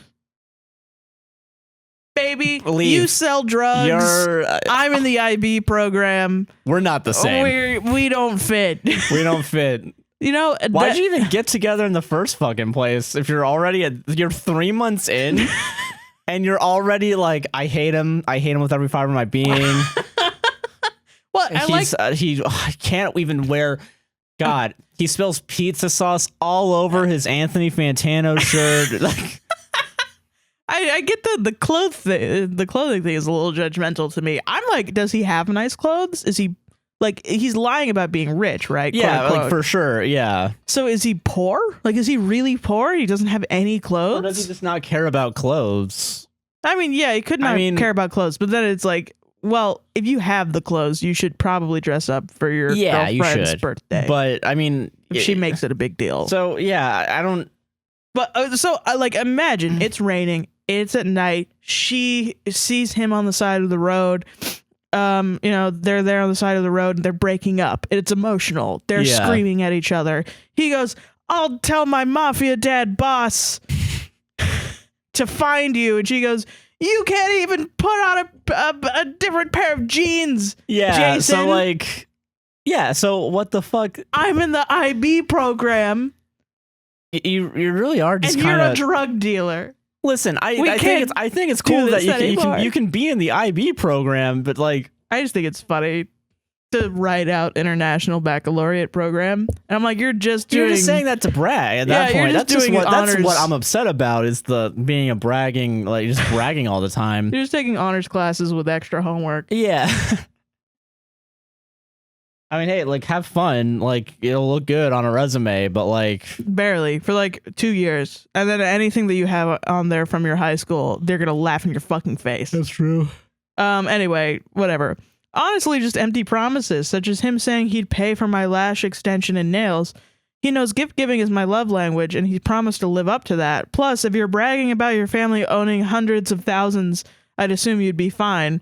He told me to pay first and he'd e-transfer me back. It's been almost 3 weeks, and the reason behind this delay is because the man, illegal work, behind the job won't pay him until the end of the week. It's gotta be drugs. It's drugs, yeah. It's for sure drugs. Yeah. Just an extra note, he constantly indirectly flexes everything he owns and does. Speeds everywhere all the time. I think he's actually poor. He's probably poor, yeah. I think, because that's like a very, like, projection, I guess, is kind of what that kind of comes off as. Like having a complex with money. Yeah, having complex with money and then spending it to make it look like you're wealthier than you are. Like a toxic masculinity, like, babe, I'll take care of you, kind of. I need to make enough money to take care of my girl. Yeah, and but then also, yeah. And like, yeah, I have to have a cool car that I speed around in. Yeah, exactly. You gotta get the spoiler. You gotta get the engine that goes 1 speed above. Yeah, you know, which is probably why he's not spending money on his own clothes, because he thinks he has to spend money on the flowers to get her, but then doesn't have it because he doesn't have a real job. He has a drug dealer job or something. Yeah. Like, weird. Okay. So what's funny to me about this is that there's an 18-year-old girl doesn't realize her boyfriend is a drug dealer, and it's just like, or knows that it's a drug. He's a drug dealer, but doesn't care, but also does care because just cares about her nails and her lash extensions. She wants her nails and shit done, and she's an IB student, and she shouldn't be dating a drug dealer. Yeah, because he's in the wrong. If you're already why leave? like leave? You need to leave. But okay, how much more? Because there's got to be something. Because like if the friends are saying something. Yeah, there's a little bit. Okay, so yeah. Now you are probably wondering why I'm even with him then. He constantly shows me love through always being there for me when he texts me, picks me up and drives me far places and back with no gain other than to make me happy. Also, this is my first serious relationship and I've moved to a different country for 2 months and he's honestly the only one I really talk to. So it'll be so hard to leave him when he's really the only one I talk to for hours during the day. He's also forgiven me when I vented these things to my friends and it came back to him. So I was thinking he must really love me for that. They ended up telling me I was unappreciative of him and how much he loves me and that I was in the wrong. That's why I'm even more confused. Please give me some sound advice. I'm young and really just need some reassurance. Man, I don't. So I think this is the thing. This is what it is. It's like you are dating a drug dealer. Yeah, accept it. Accept it or leave. Yeah, like it's one of those things where it's like you really can't change him, and I think people are like, I think most people could see through the facade, probably, like her friends are, and they're like, just take, because maybe they feel bad for him. Maybe, yeah, but like, you can't raise somebody out of being poor and having to drug deal to make bills and shit. You know what I mean? If you really can't do that when you're also 18. Yeah, because you're young. You still have to fucking go and you have to take care of your future also. Yeah, that's another thing too. Yeah, that's like what the yeah. I feel bad for the guy more on the second reading. I thought it was funny that he had all this like shitty clothes and just like I just thought the way that she wrote it really came off to me like he was just choosing to just wear grease stains out. Because I've had brothers and fucking my brothers had clothes. Yeah, I mean, yeah, they wore the same shirts don't give a shit. For like 3 weeks. Yeah, like I don't know, man. Fuck you. Gross boy stuff. Yeah. But reading it again, I'm like, oh man, this guy's probably really poor. Yeah, and that's the thing. So I don't know, like fucking. Yeah. Yeah, it just doesn't seem compatible at this point. I don't know. What's funny is she just doesn't get it. She just, yeah. Like you just. Yeah, all that book smart, not street smart. Let me tell you. I don't know, like fucking. I always just think like in 20 years, she's going to be like, yeah, my high school boyfriend was crazy. He always showed up with grease stains and blah, blah, blah. And she's going to be talking to somebody who also grew up poor. And they're going to be like, he was really poor. Yeah. And he dealt drugs, obviously. Yeah. And then she's going to be like, oh. Yeah, someone's going to come up and be like, yeah. That's what happened. That's weird. Yeah, just, I don't know, man. Yeah, fuck. I don't know. I think if anything, I would just tell him like, hey, listen, I don't want to be with you anymore because of these specific things. What's going on with that? Yeah. Let him open up to you. And then if he doesn't, then yeah, break up with him. Because what else can you do? Yeah, that's true. Because if anything, you can like try to help him with your immense IB smarts. You can try to help him get into like college or something and try to get him out of there. Yeah, even like a community college or something. Yeah. Or like help him apply for a job. Yeah, like an actual thing. If you want him to actually have a stable source of income. I mean, yeah, because that's what you do in a relationship is you try to help each other. Yeah. You know? In any relationship, friendship. Yeah, friendship, romantic, familial, I mean, hopefully, Yeah. But like, yeah, fucking, I don't know. Yeah, why'd you go to Reddit? I don't know. That's what I don't know. I don't know. It's just always like, I feel like sometimes with Reddit, it's like, just read it. Have a little bit more confidence in you, Yeah. Well, okay. So, and also I think the comments were swaying me a little bit. I get you. So somebody quote tweeted, this is my first serious relationship, but I've moved to a different country for 2 months, and he's honestly the only one I really talk to. And they said, don't settle for a bad relationship with a dishonest person just because you're afraid of being alone. Go make some new friends. So people are really just kind of dunking on the guy. Yeah, which I mean... That makes sense. I mean, he did lie. He does lie. But I'm like, what's the reason for the lie? Yeah, there's a thing behind it, yeah. But then I get being in a relationship with somebody that lies is kind of bad. Pretty bad. It's not great. Not fun. It sounds like you were unhappy with the relationship and that is reason enough to break up. Don't stay with a guy thinking he will change. This never ends well. Only stay if you can accept him as is now. Seems like he is not acceptable. So, but, and then they dunked on her for saying gift giving is my love language. And why would you die? That's the love language. Like that she wants to receive gifts and then, okay. But gift giving is my love language, and he promised to live up to that. No, no, no. That is a fundamental misuse of the whole concept of love languages. Your love language is supposed to be how you show love, not how you expect others to show it to you. What? This post reads like your love language is receiving gifts, not giving them. That is not a love language at all, just a misplaced expectation. That's not that. No, if you know how you like to be shown that someone loves you, what's the difference between being given gifts or being given time? They're trying to say that the gift giving love language is like, so like if I said that my love language was gift giving, I would be giving you gifts all the time. Yeah, okay, yeah. But then how would you show me love? I don't know. You would give me gifts, right? I guess. Yeah, probably. Yeah. Right. Yeah. So like say my love language is touch. Yeah. Like I touch you all the time. And yours isn't necessarily touch, it's talking. Yeah. And you talk to me all the time. Yeah. But neither of us feel loved because all I'm doing is touching you. Yeah. And all you're doing is talking to me. And I never get touched and you never get talked to. Shit. Yeah, so at that point, yeah. So I should talk to you and you should touch me. Yeah. Yeah, it's how. Right. Yeah, so yeah. So I don't know, specifically with gift giving and women having gift giving shit, they're like, what, you expect things from your partner? How dare you? Shit. It's misogyny. Yeah, it's just classic. misogyny. It's yeah. classic. But yeah, this time it's against an 18-year-old girl. Teach them while they're young, baby. Shit. I didn't bother reading after number 1. That was enough for me. Listen to your instincts, not others' opinions. There is a saying, no one ever knows enough about someone else's relationship to know what's going on. Move on and use this as learning. Good luck. Get the fuck out of here. Get the fuck out of here. I don't want to fucking hear your shit. You're wasting my time with this fucking post. My God. God. Fucking Jesus.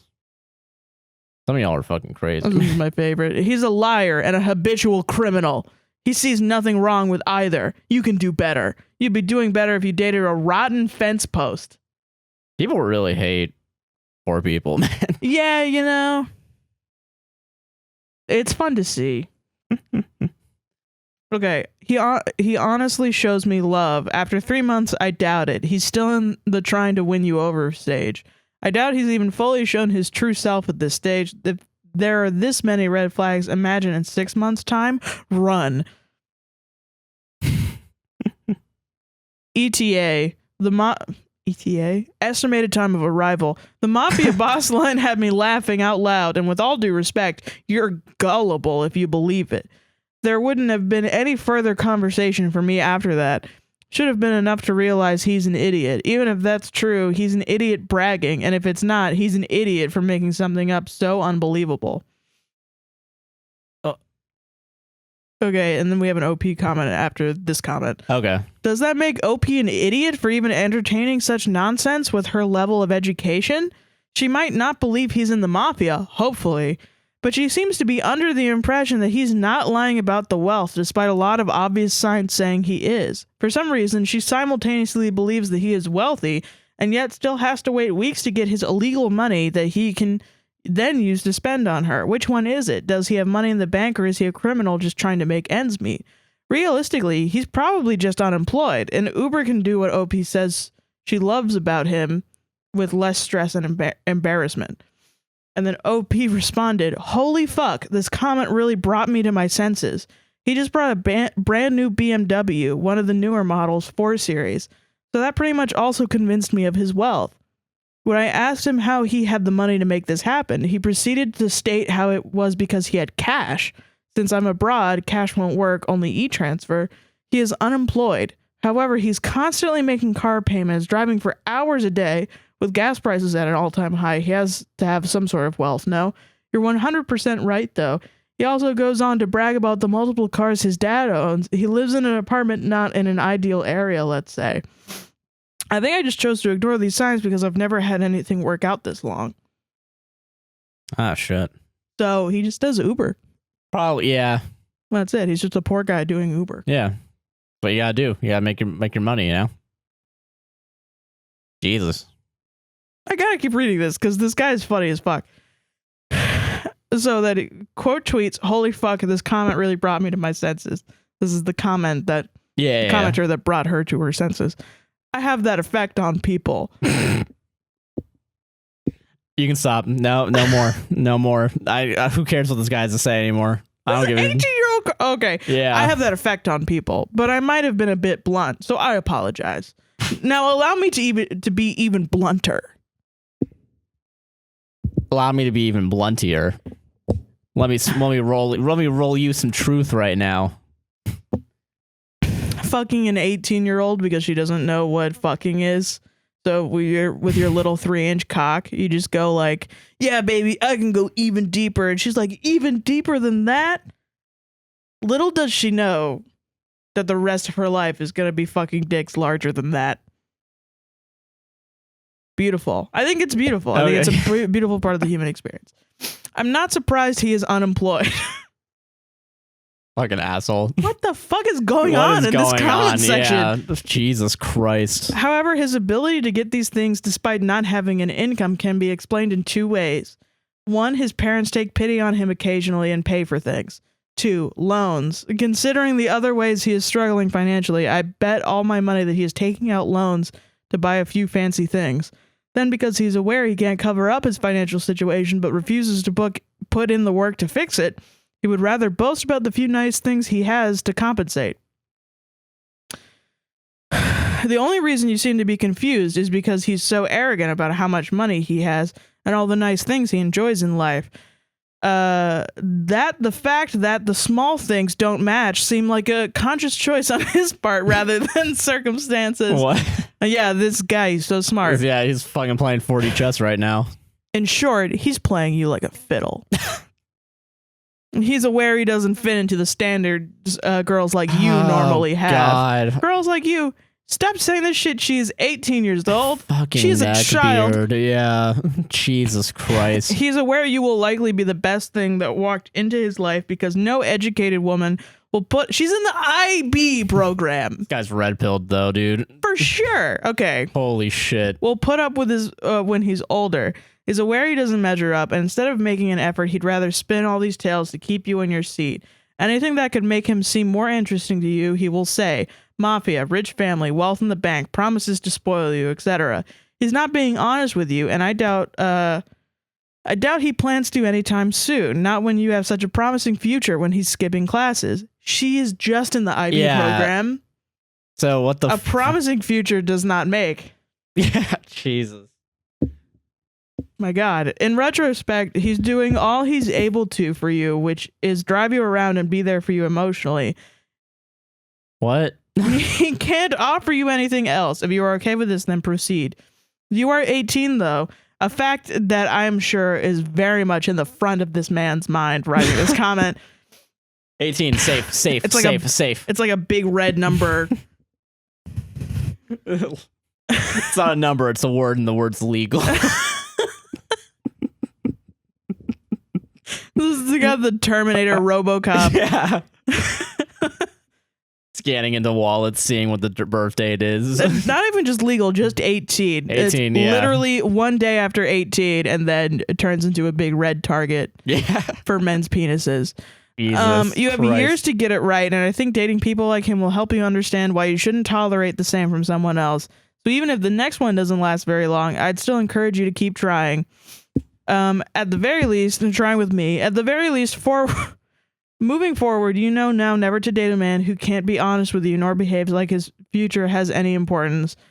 So what if the next one has problems too? I'm sure you will learn another valuable lesson along the way. Don't tie yourself down out of fear. Life is hard. Don't make yours harder. All right, Dan Harmon, Jesus. My God. God. All right, that's the last time I'm reading. That's the last comment I'm reading today. Yeah, that's the last one. Reddit comments no more. All right, that's fair. Too bad, because I gotta read some Reddit comments. I'll listen to them. All right, okay, good. Because I don't know. Break up with them. That's my solved it right there. And don't post to Reddit when you're 18. Don't do that shit. Because then there's a neckbeard fedora wearer in 2022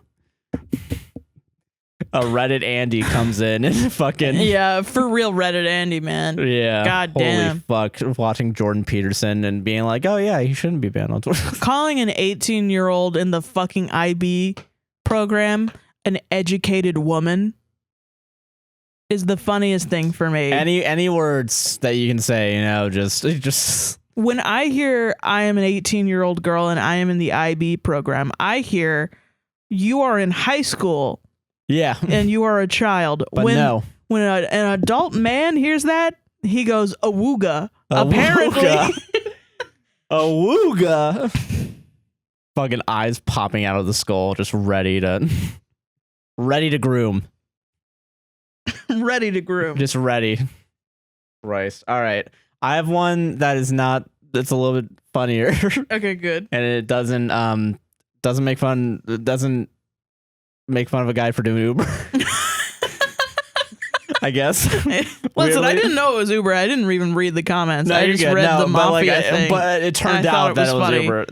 I don't know if Uber's gonna get involved in this story. Yeah, we don't know. Backdoor Uber. Yeah, Backdoor Uber. That's my favorite new series from from porn. My favorite. Yeah, it's my favorite sex move for sure. The Backdoor Uber. Okay, but no. So it's just doing anal in an Uber. Gross.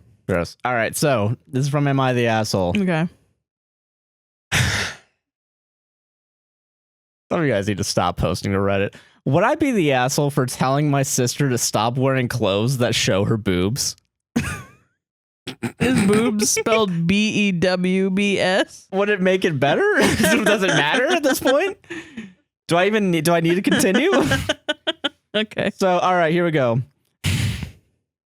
My 17 male sister, 18 female. 18 females are, I didn't even read these. 18 females. Jesus. Wear clothes that show her boobs. Normally, I wouldn't care if some random girl that I knew or didn't know did this. I just feel weird since it's my sister. Sometimes I find myself looking at her boobs, parentheses, although she doesn't notice me. It's really hard to avoid looking at them. While they're only medium-sized, parentheses, at least I think they are, it's still pretty hard to avoid looking at them. I'm thinking of requesting my sister to stop wearing clothes that show her boobs. Thinking about putting in a formal request. Formal request. She'll probably say no anyways, but would I be the asshole if I did this? What do you think Reddit decided? I'm gonna say not the asshole. Well, sometimes Reddit's actually right. They're saying it's gotta be the asshole. Yeah. I just think it would be really funny if somebody was like, nah, she should cover up her milk bags. So I know there's a comment by OP. I hope it didn't get deleted. No, it didn't. Good. Okay, so everyone's dunking on this man. Well, yeah, child. Yeah, this is not a man. Okay, so you're the asshole. Control yourself. It's not her problem. You're a perv. Yeah. You would be the asshole. Learn this now. Women don't need to change their attire so that they don't distract men. Instead, learn ways to not stare at your sister's boobs. This is a you problem, and it's incredibly sexist for you to push her to change her attire to make you more comfortable. Very much, yeah. Somebody needs to... Yeah, what? I'm sorry. Did he double down? Well, this one's, I guess, the most tame, I think. Because everyone else is like, yeah, this is a you problem. But this one's like the shortest, most concise comment saying this. Is it just you're the asshole? You're the asshole. Uh-huh. Stop looking at your sister's breasts. Yeah. Simple, sweet. Solid, right? Solid. 10 out of 10 gets the job done. It does. You know, if I had more time, I would have written a shorter letter, you know? Exactly, yeah. OP responds.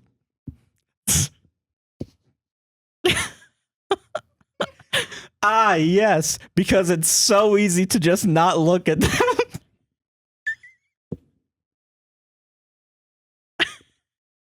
It's just so easy to not look at them. So easy. It's so funny. It's like the Charlie. It's like the Charlie from Always Sunny, where he's like, oh yeah, where jobs just grow on trees. Where my sister doesn't have big tits, and they fall down and they're not big tits anymore.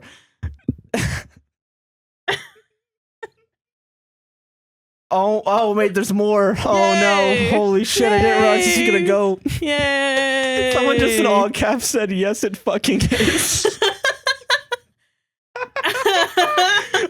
Okay, someone responds because there's another OP comment. Oh my god. Holy shit, bro. Wow, talk about being a young pervert. You need to go to your parents and ask for counseling. This is starting to have Game of Thrones Lannister vibes. Shudder. You can just say incest, Reddit. Yeah, you can just say, Jesus yeah. Christ, there's a word. This person wrote in the action of shudder, so they're shuddering. Yeah, they're rarexting. Yeah. Shuddering. Yeah. It is very easy to be respectful of all women if you bother to see them as people and not potential mates. OP. Lol. I'm not gonna go to counseling. The fuck would I say to my parents? Yeah, I'm so attracted to your daughter, my sister. I need help. Lamau, shit doesn't work like that. The funniest part about this kid is that he's just like, no, guys, No, this is reality. This is reality here. You say I am struggling with some issues and feel like I could really benefit from therapy. People help me with this. I don't feel comfortable discussing why right now, but don't you want me to get help instead of bottling it up? You can also see if you can help through school. Take ownership for your actions, my dude. You're not a friggin' animal. OP has negative 100 comment karma, by the way. God, beautiful. On all his accounts. So if he's it's too little. I'm never gonna reveal that I'm attracted to my own fucking sister, Lamau. You did on the internet. You just did on the internet. Yeah, just because you have some fucking anonymous account. Bro, Batman wouldn't get that out of me. God. What the fuck, dude? And the first comment underneath that. Yeah. Well, then you'll never be a man. Jeez, people are going off. Oh my fucking god. So, Sarah, would they be the asshole? Josh, I don't know. Okay, you have sisters. Have you ever been attracted to their titties? No, I haven't, because I'm not a fucking sick fuck. I haven't been like an epic, dude. I mean, this is something that I wondered about when I was a teenage girl and getting titties. You know, is like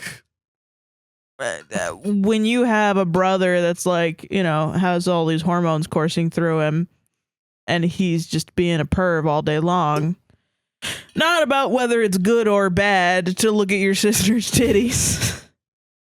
But let's not even cross that bridge yet. No, I'm just talking about the reality of the situation. Yeah. That 90% of teenage boys are looking at everybody's titties and wondering what it's like to fuck women, you know, and look at titties. That's, yeah, I get that. I have wondered as a teenage girl, like, what's it like to be a kid and grow up and have an older sister? Do you not and then know, just like, someday notice that they have titties? You're fucking about to become 18. You know people your age that aren't related to your family. Right, that's right. That's my thing, is like, why the fuck? It's gotta be that, like... Why are you taking out your fucking weird...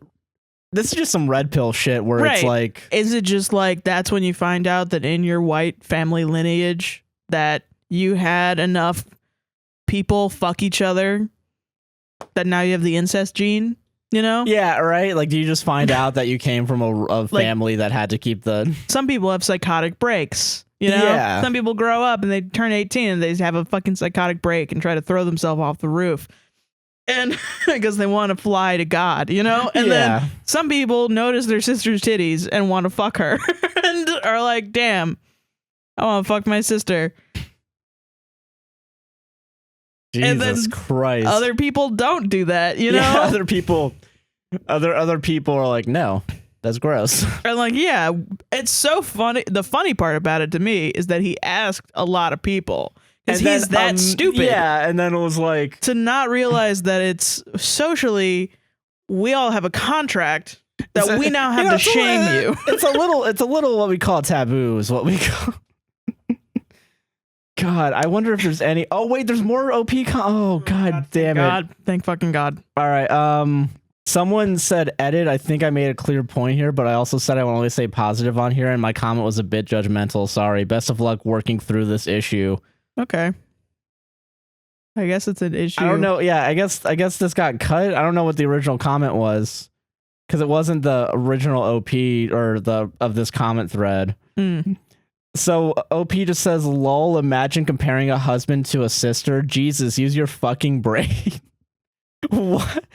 This guy's like he's also just like a little really demon. Angry. Yeah. I'm so mad that everyone's just making fun of him that he just publicly said that he's attracted to his sister online. Yeah. Wow. Just really doubling down. You're the asshole. Stop obsessing over your sister's boobs, mate. It's disgusting, mate. We got an Australian here helping out. Thank you. Nice. I know it's disgusting. Or That's British. why I want to ask her to cover herself up more. Because it's her issue. Yeah, she's the disgusting She's the problem. one. She's the fucking pervert here. Dude, I just love it when I mean, this is like, we get these stories all the time where it's a man just can't take responsibility. We have those stories, where people can't take responsibility for their actions. Well, and what's funny is the female side of this is that, there are women out there who are told, hey, you need to change out of shorts into pants because your uncle's coming over. Yeah. Oh, yeah. This guy's going to grow up to be that uncle at this point. Yeah. And so people are trying to help him by saying, listen, you need to stop this crap. Yeah. And he's returning by being like, that's not what reality is. I'm the one in the right. You're all in the wrong. When someone calls you out for this really is really beautiful. Doing the Mike Shkreli defense of Lamau. Yeah, because we just found like a prepubescent pedophile. Yeah. You're not wrong. Yeah, Jesus. Beautiful. Fucking hell. Like when his hot sister has a hot daughter. Oh, yeah. And then... So I'm a little bit like, you know what? Ask her. Ask her to cover up her titties so she knows to never take her daughter around you. Yeah. Ever. And to stop and speaking your whole family's to you. Gonna fucking disown you. Yes. Yeah. Because you know what? Maybe you're a criminal. Maybe Bro, people are telling you to get counseling and you're like, that shit's fucking stupid. Why would I do that? I'm not gonna do that. Fuck you. Okay, but as a man who was 17, yeah, how hard is it to not look at boobs? Actually, because I don't know, and I've always wondered. As a man who's 23, like, go back to when you were 17. 17. Being honest, it's difficult. I mean, because okay, you have a bunch of hormones through you like all the fucking time. Yeah.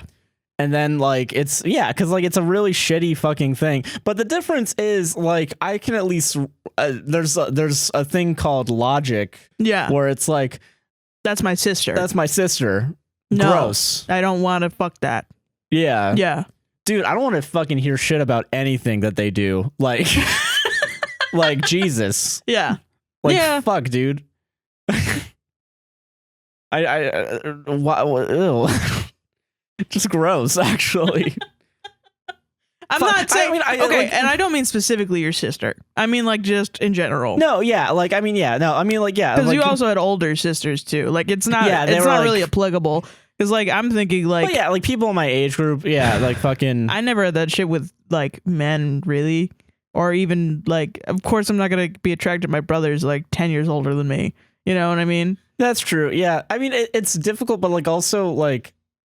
I think there's a part, some people have this, some people don't. I hope I have this where you kind of realize it's bad to just stare at a person's tits instead of like looking at them in the eyes. Yeah, for sure. And I think something that sucks with me is that I really hate eye contact. Yeah, you don't like it. And I don't know which medical diagnosis I'm going to get. Autism. Probably. But like... So I know that I definitely just like look around a lot, and I'm self-conscious about the fact that I like stare at literally anything other than a person I'm talking to. Yeah. And I usually dart down and I'm like, oh, I shouldn't be doing that, because then even if I'm staring at feet, that's weird. People think you're just a feet guy. Yeah. I don't know. It's huh. Yeah, huh. Yeah. I don't know. Right? Yeah. I don't know. I feel like I'm just autistic. I mean, listen, I think regardless, even if it is difficult to not look at tits, right? I think probably you can effort. Stop it for like a couple years while the hormones drain out of you. Yeah, you can put some effort in. Yeah, just do a little bit of effort and maybe don't look at your girlfriend. Weird slip of the tongue. Your sisters. I don't know why I do that. I literally always do that with brother and boyfriend and girlfriend and sister. I really always do that.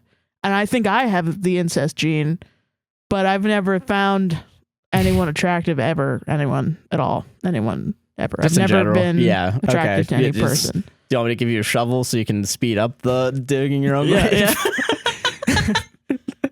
Do the digging thing again. Yeah. But no. I guess my main point is not the asshole, actually. Yeah. The way that now describing it out loud, I think we should give up all prepubescent white boys a pat on the back. I think Gentleminions is cool, and I think if I had a son, I would rather him be the Gentleminions type than the staring at your sister's tits type. Yeah, yeah. What a dick! What an asshole! Lamau, lol. Doubling down and being like, yeah, like I can't. Yeah, like I can't. Not look at her tits. Come on. That was funny as hell. That's a funny one. Jesus. Wow. Christ. Do you want to do ads? Yeah, let's do ads. Welcome to the ad break. Hello. Hey, are you enjoying this podcast so far? I am for sure. Me too, and that's why I'm gonna go like, comment, and subscribe and ring YouTube. that goddamn bell. And ring the fucking bell. I swear to God. Damn it. And also rate us 5 stars on Apple Podcasts and Spotify Podcasts. Yep. If you want to support the podcast financially, ooh, there's a couple ways you can do it. You can go over to patreon.com/APWSTR. You get exclusive content, podcasts early, ad-free. You don't have to hear this bullshit. Awesome. And also, if you donate $5 or more a month, your name will be on the end credits and in the descriptions. I've put it in the descriptions as well. Oh, that's cool. Yeah. There's the somewhat crazies and the crazies tier. Those are the ones that... Because you're crazy for giving us that much money. That much money, yeah. That's funny. The ultra crazy tier is going to be the $100 tier. Oh, yeah. And that's going to get a golden name. That's it? It's just in gold? And once a month... we'll video chat you. We'll video chat you for 2 minutes. Just 2 minutes. Just 2 minutes. We'll have a timer on. No, we're not going to do that. That's insane. That's a little insane. Yeah, we'll never put that. Yeah. No. God. But if you want to donate one time and not get any of that exclusive content, you want us to say something during these ad reads, you could give us a coffee at buymeacoffee.com/APWSTR. We'll say whatever you have to say. Coffee's only $3 as long as it's not racist, homophobic, transphobic, anything bad. It's anything bad. I realize we haven't said the word sexist. Apparently you can say sexist shit and we'll still say it. Yeah, we are fine with sexism. Sexism's A-okay. That's fine with me. We won't say it if it's sexist, is my point. Yeah, I guess not. As long as it's not bad. But you could say the word bitch. You can say swear words. You can say the fuck word. You could say the fuck word. But you can say the C word. If you say like women don't deserve rights and they're all evil, we're not gonna say it. But we'll still take your money. Yeah, we will. We love money. We love money. Please give me money. We subsist on it, actually. You know, we live in this thing called capitalism, and sadly... And I eat money, actually. Just money, like dollars. We grind up the dollars and put it into guac. No, not even anything extra. I just eat them. I just eat it. I swallow it. So if you want $1.50 worth of your money to be eaten by Sarah, and then $1.50 just to me to put in a bank account, you can do that with a $3 buy me a coffee. I also eat bank accounts. Yeah, give us your routing number and your account number, and we'll just eat the money in your account. Okay. Anyway, see ya. Back to the show. Bye. That ad break made me think. It did. It made me think that we should read some listener stories. Purple looks weird now that we've had it red and blue. Why did I change it blue during the ad reads? Because I said it was going to look different. The fuck was I thinking? Am I such a fucking idiot? Okay, Josh. Whoa. I'm just a fucking idiot. Okay, but yeah, listener stories. Listener story. Sarah, story. It's your time. Listener story. Listener story. Make sure you're next to the mic. Listener story. Okay. Right. This is the title. No, never mind. Fuck that. Fuck the title. Do it right. Do it fucking right. Do it right. This is from a Make it easy. Make it easy for me later, Sarah. For me. Okay, I'm sorry. Okay, I'm sorry. Okay, you're good. Okay. Shut up. This is from anonymous she, her. Cool. Should I tell my friends not to go to Disney? Yes. Yep. No, don't even read the story. You should. Already, yes. You're correct. All right. I'm going to say this the way it's written, okay? Okay. Hello! We have neighbors. It was all caps with 2 exclamation marks. I don't know what you want me to do. All right. Okay. All right. First, let me say how much I enjoy your podcast, and I've been binge listening for several weeks now. Love you guys. We love you too. Thank you very much. We appreciate it. We love you back. So here's my story. I, 25 female, have a friend group of 6 people, myself included, from college.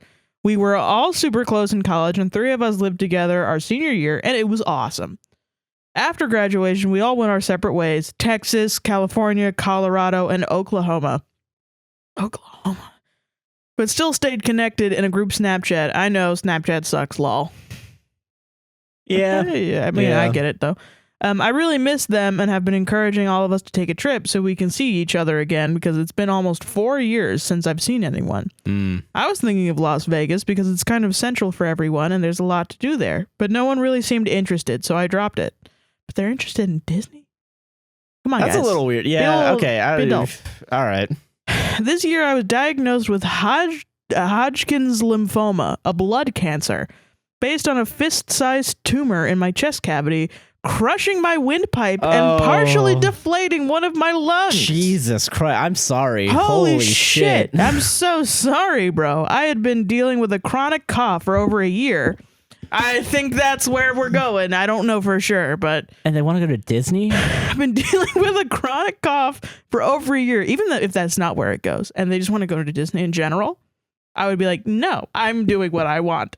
Yeah, okay, I'm doing what I want. Yeah. Let's get there. Okay.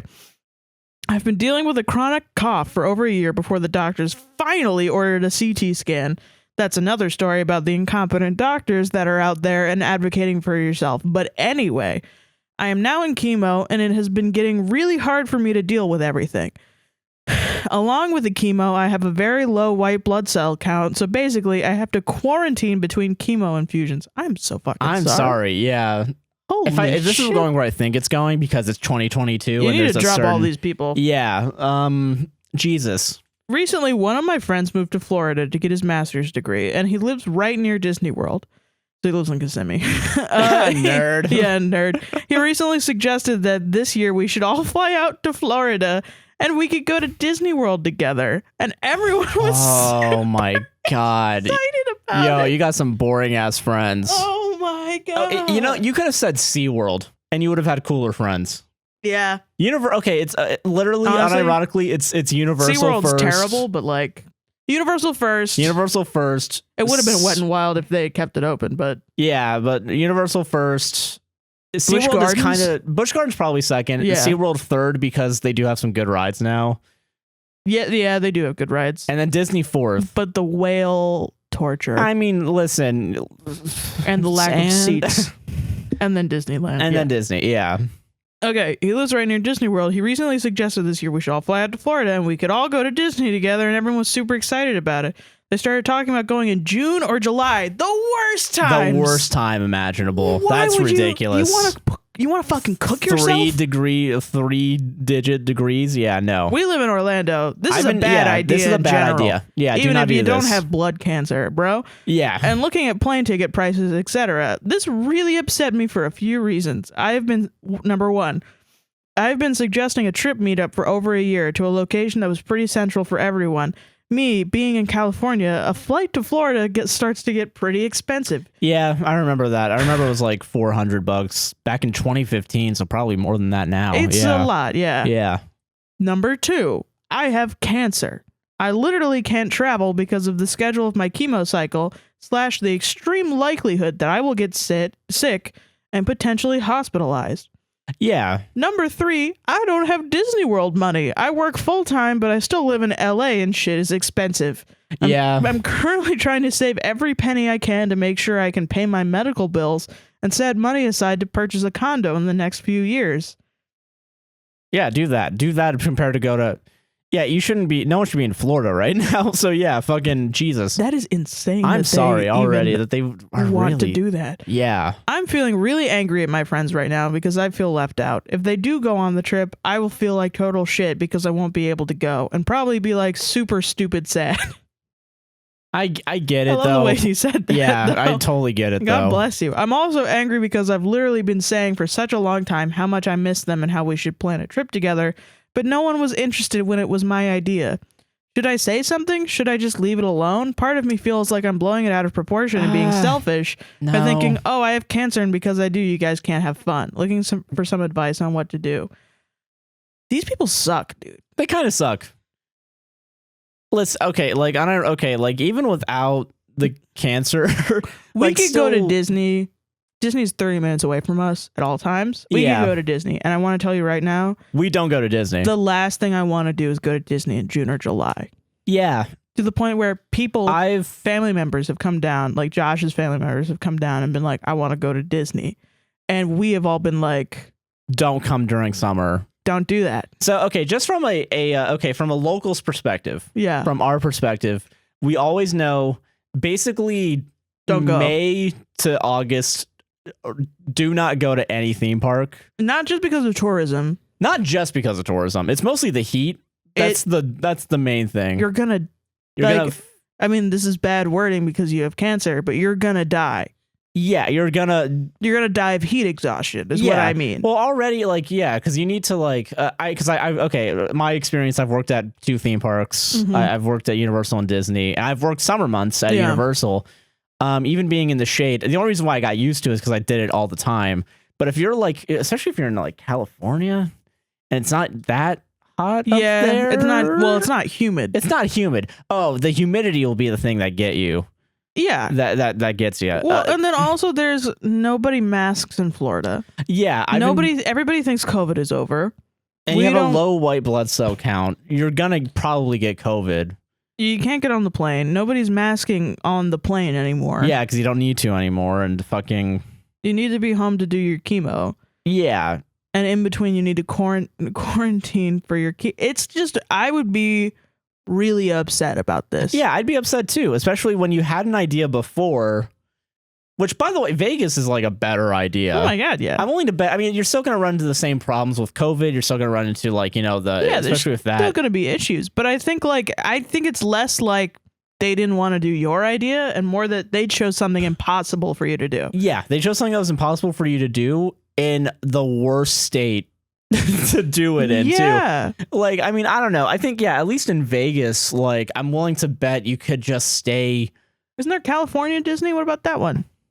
Yeah, but if you're going, yeah, well, yeah, do that one compared to this one. Yeah, I don't know. And also, if you don't have the money to do it and you're saving up your money, especially for a multi-$100 ticket, and then another, you'd have to spend probably a couple grand for a Disney vacation. Yeah, and then thinking about lodging and where you have to sit. Yeah, and lodging, where you have to stay. The tolls. Oh, you don't. Yeah, just the tolls by themselves. Yeah, holy shit. And then food. Oh yeah, and then Disney food's really expensive and not healthy, and it's just bad. And then shit on International Drive is going to be expensive. Yeah, even if you go outside of Disney, you're kind of. So then you have to I don't know, go to a hotel that's near outside of there so that you're next to food that's cheap, which is McDonald's and Wendy's and and then you would still have to drive for a long. It's just hell. Don't do that. Don't do it. It's terrible. It's a terrible vacation. Your friends are fucking boring for picking Disney too, and they're shitty. You have fucking an insane type of cancer where all cancer is insane, but you have a tumor that's crushing your windpipe, bro. Nobody is checking in on you. Nobody is saying, no one's having the idea of, are you okay with this? Hey, how do we all socially distance and come to you to see you in California, which is also a vacation place you can go to. You can go to fucking LA and do anything. And you can drive to Anaheim. Go to the beach. Yeah, go to the beach. Go to Anaheim and do the fucking Disney thing or do the Universal thing and fucking Burbank. Wow, holy shit. Yeah. Why would anyone go to a fucking swamp? I mean, listen, I understand where you're coming from. I don't know even what to do. I would probably say to somebody or into the group chat, be like, hey, listen, I can't make it. And I think I have this thing. I have cancer. I just don't think that's something really dangerous. Yeah. It would be really dangerous for me to go. And then see how they react. If they're like, oh my gosh, you're no fun, I just would not respond. I would never see them ever again. Yeah, if they're going to shame you for having cancer, they're evil people. Worst. Yeah, so. Wow. That's, you know what? And I always think, as an Orlando person, when I see tourists that are going to Disney World, I think, what friend with cancer did you shut out of your life to get here? Yeah, you know because there's a price you pay to go to Disney. We have catered to the tourists that come from out of state to come in to go to Disney, and 90% of them are like, why am I not getting everything? Yeah, why don't I get everything? Dude, man. And I always think, what grandfather that's dying are you spending no money on to go see? Which grandfather died and you're using that as an excuse to go to Disney? Yeah. Like, why? I don't know. Yeah, because it really is. There's this weird thing with Disney. I feel like it's Disney specifically because of the culture of Disney and Disney people. Adults. Yeah. Yeah, and then like I don't know. Like I mean, Universal and Disney are basically the same fucking thing, but the difference is the culture of Disney is very more entwined with like manufactured, and Universal, same thing, but at least like it's not as much for it's sure. Not as much, yeah. Like it knows it's bullshit. I could go to Universal and I could have like the exact like percentage of I know this drink is gonna be good, I know this food is gonna be all right, and I know this ride is gonna slap. Yeah, but nobody's gonna make me smile by smiling at me too hard because they'll get fired if they don't. And that's what Disney is. Yeah. Universal doesn't give a fuck if you smile or not. Universal, I could watch a murder happen, which that's what I want. Yeah, honestly. I've seen people on stretchers at Halloween Horror Nights because they got so scared and they were so drunk. I remember when I was working there would be plenty of times where like an ambulance would come up near that. There's like an emergency exit near the sports bar. I remember so many times seeing an ambulance there because it's wide enough for an ambulance to be there. Yeah. But yeah, I've seen that like happen like at least 3 times. Yeah. So like, I don't know, fucking. You'll never see that happen at Disney. Yeah. Because it's lame. Yeah. It's lame that you can't see that shit. Yeah. Disney does so much to cover up all the bullshit. And that's why technically no one's ever died on Disney property except for the fact that they have. They totally have. In the tunnels for sure. Let's kick them into the tunnels and leave them there forever. Yep. But no, like that's kind ironically, of beside the point. The main point is the fucking cancer that you have. Yeah, I'm sorry. We're locals. But no, like literally, like yeah, your friends are shitty because they're not taking your cancer seriously. Yeah. And they're all thinking about themselves. Bro, do you know how fucking pissed off? I have a friend who has diabetes and got diagnosed with diabetes Christmas 2020, early 2021. Yeah. And the amount of times that he has had to be like, I guess I can't go, I just got here and my friends told me that inside somebody has COVID. And I'm like, I'm on the phone and I'm like, don't go in there. Excuse me, they didn't tell you? Excuse me, they didn't tell you? Yeah. Excuse me? I want to jump through the phone and fight them. Why are people still going to a place that has COVID? Because young people really think like they'll just live through it. Yeah, fucking idiots. And it's like, the fact that people are not thinking about their immunocompromised friends and loved ones, it makes fucking. Are you kidding me? I would feel so unloved. I would feel so deeply unthought of.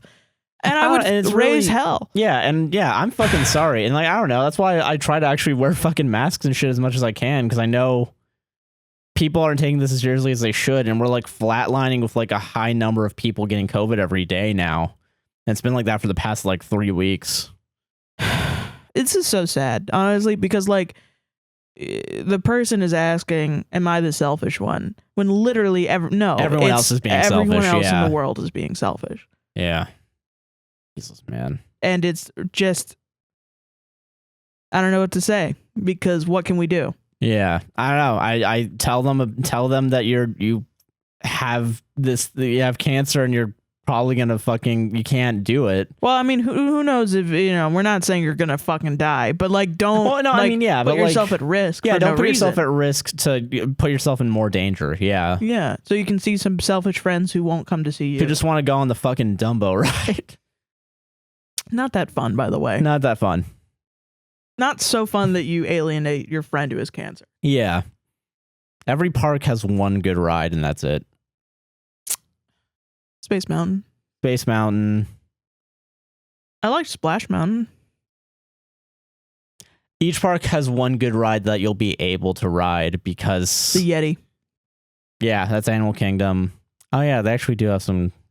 They got rid of the...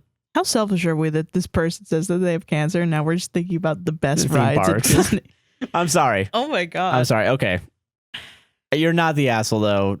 You're not the asshole. Have selfish friends, and you probably shouldn't be friends with them. Significantly selfish friends. Really selfish friends, yeah. I would try to make friends where you are and do like little excursions where you are, yeah, if anything. Or have people that actually care about your health come over to your place and just chill and watch movies or something, you know? Yeah, because you're in this situation, you need people around you. You need a support system. Able to adapt to... Yeah. Yeah.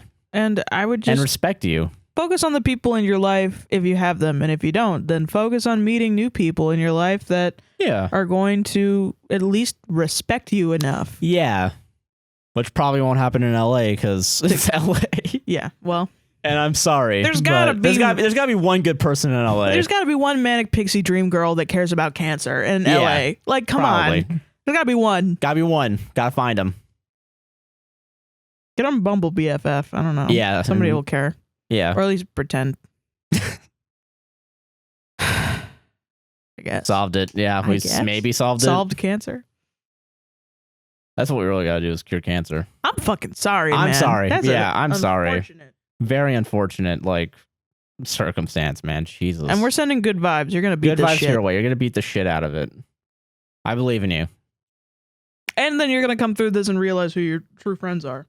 Yeah, exactly. Yeah. Yeah. If some of them you might get lucky. Some of them might decide not to go on the trip because they'll care about what happens to you. Yeah. I hope to God some of them are like, oh my God, you're so right. I'm being so selfish.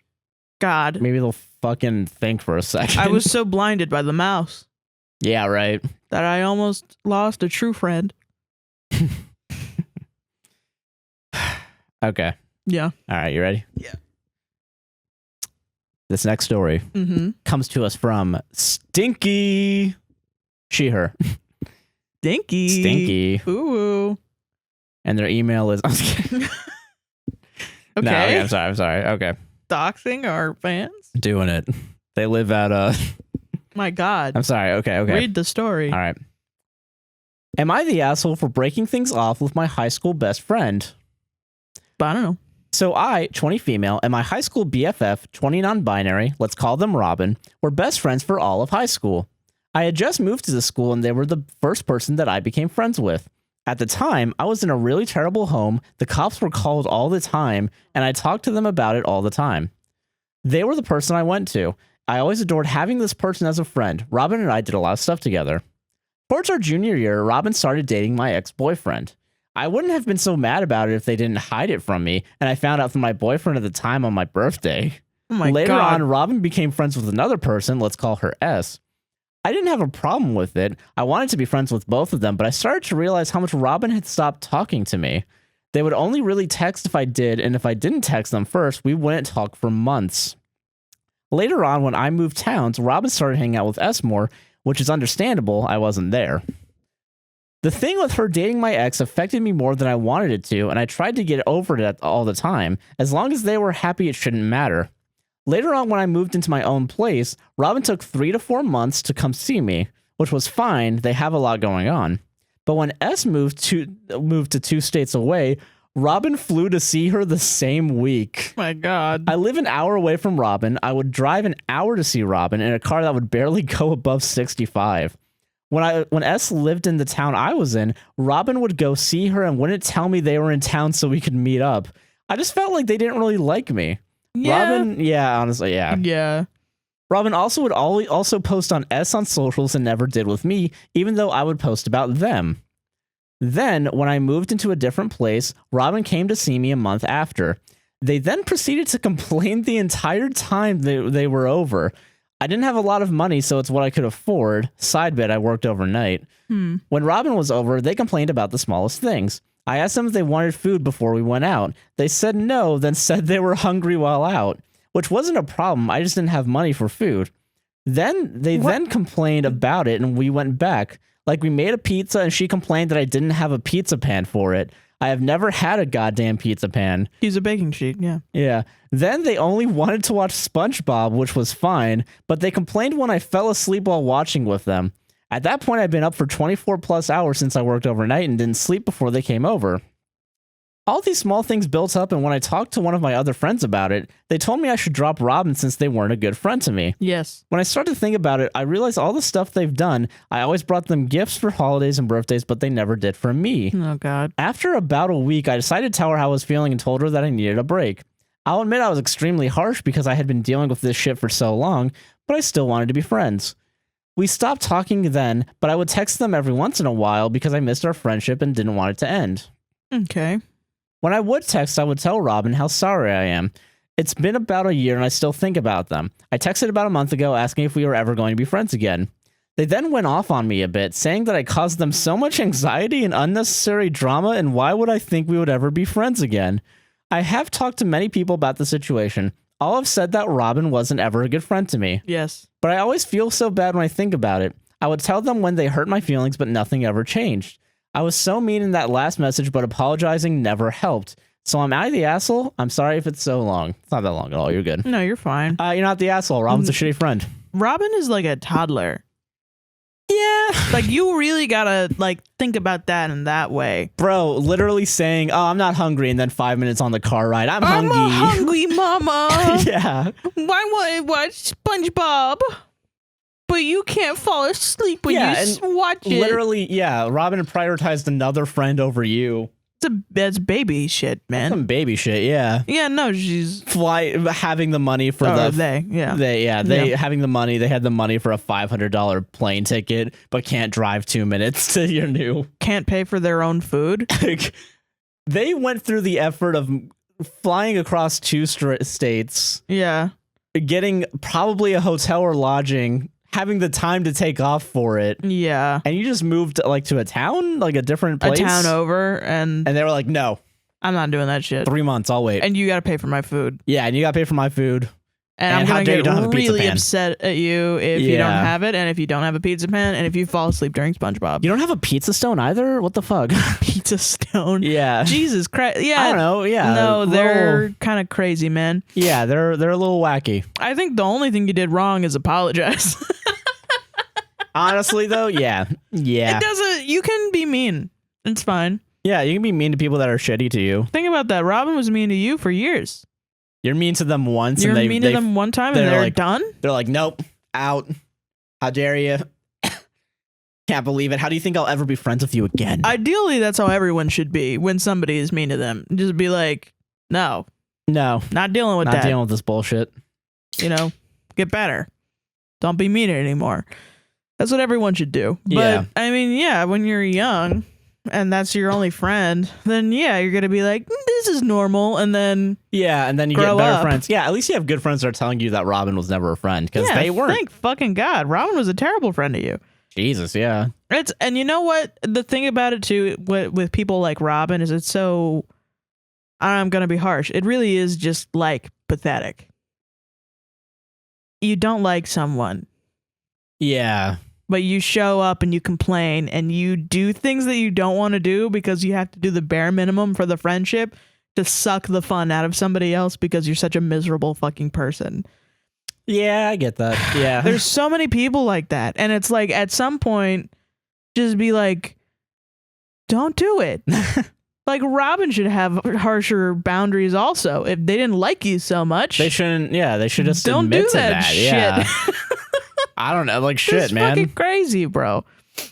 I had a friend who just like stopped liking me as soon as we moved in together. And then was just like super shitty to me for like months and like like didn't pay her bill on time, didn't fucking made me pay a higher bill for longer and didn't want to pay 50-50. And then got really mad at you when you took your own TV out. Yeah. When you moved out. Oh my God. Like, yeah, like it just, people like that just be like, bro, I don't like you. Regardless of if you did anything wrong. I definitely did shit wrong in that relationship. But like, she never told me.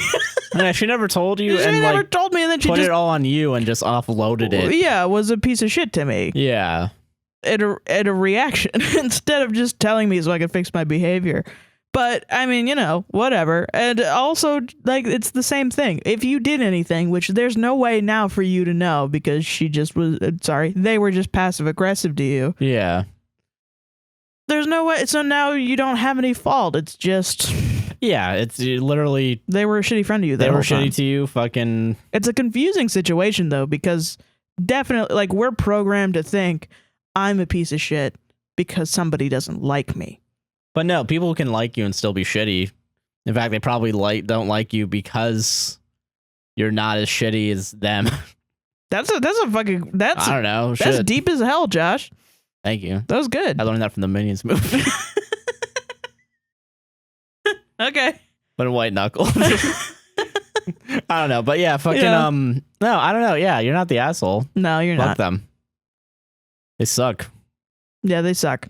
That's just it. That's it. And that's really all anybody can tell you, but it took me a long time to like move on from that friendship breakup. Yeah. Because friendship breakups they can suck. Yeah, no, they can really very easily. They hurt you deeply. Especially if they're like long lasting too and like or fucking like really intense. Yeah. Yeah. But yeah, no. Yeah, God. Not the asshole though. Not the asshole. Because I will say, like, that friendship, like, I had an epiphany at one point where I was like mourning that friendship for like a year and a half, and I was like, I've only been friends with them for like 2 years. Why am I this upset about it? Why are you so fucking mad about it? I was just like, I'm gonna bully you for. Why am I so sad? What the fuck? Shit. No, yeah, you're not. Yeah, fucking, you're not the asshole at all. Not the asshole at all. Anyway, solved it. Yeah, we did solve it. Yeah, I said solved it. You didn't. Yeah, I said solved it, and then we clinked our glasses. Okay, are you ready? I'm ready. This is from Mal, she, her. Mal? M-A-L. Oh, okay. Mal, she, her. I just think Spanish. Mal. This is bad. Mal. Not a listener bad. That's what it is. I don't know. What are you saying to our listeners, Sarah? This is from Mal, she, her. Am I the asshole for being upset at my surprise party? Ooh. Was I the asshole? This story takes place in 2014. Since it was 8 years ago, it's not a relevant story anymore, but I still think about it and would love your opinions. Cool. It's a bit long. I'm sorry. You fucking better be. My 18th birthday was approaching, and I told my family that I wanted a small dinner with them and a few friends at an Italian restaurant. Already you're not the asshole. I know where this is going. No, you're not. God. Everyone agreed, and we planned the dinner for the day after my birthday, a Saturday. My birthday was on a Friday, and my best friend, B, had spent the night with me and was going to tag along with me to my tutoring session for senior year. I was homeschooled but struggled to graduate, so I met with a family friend at Starbucks regularly so she could help me graduate. So I get my free birthday coffee, we finish my tutoring, and B and I head out for a birthday lunch with my family. They asked me what I had scheduled for the day, and I honestly just wanted to chill with B and our little group of friends, since my celebration was going to be the next evening. However, B and my older sister, A, suggest we go to A's car instead, and there I see packed bags. What? I'm like, what the heck? What's going on? They're like, get in. Oh, shit. Oh, fuck. Get in. There's fucking bricks of coke. We gotta go sell. We gotta get the hell out of here. And I'm like, I'm getting kidnapped on my birthday. It's fine. I have no idea where we're going. And my first hunch is that they're taking me to see my long distance boyfriend. But when we started driving the wrong direction, I knew that wasn't it. We were headed south, but we were driving for hours. I was getting extremely anxious. Yeah, that doesn't sound great. Yeah, already. Hours, dude? I don't like surprises, and I don't like not knowing where I'm going. I felt so much anxiety. But sometime into the drive, I connected some dots and figured out where they were taking me. A Bastille concert. Oh, really? Cool. Okay.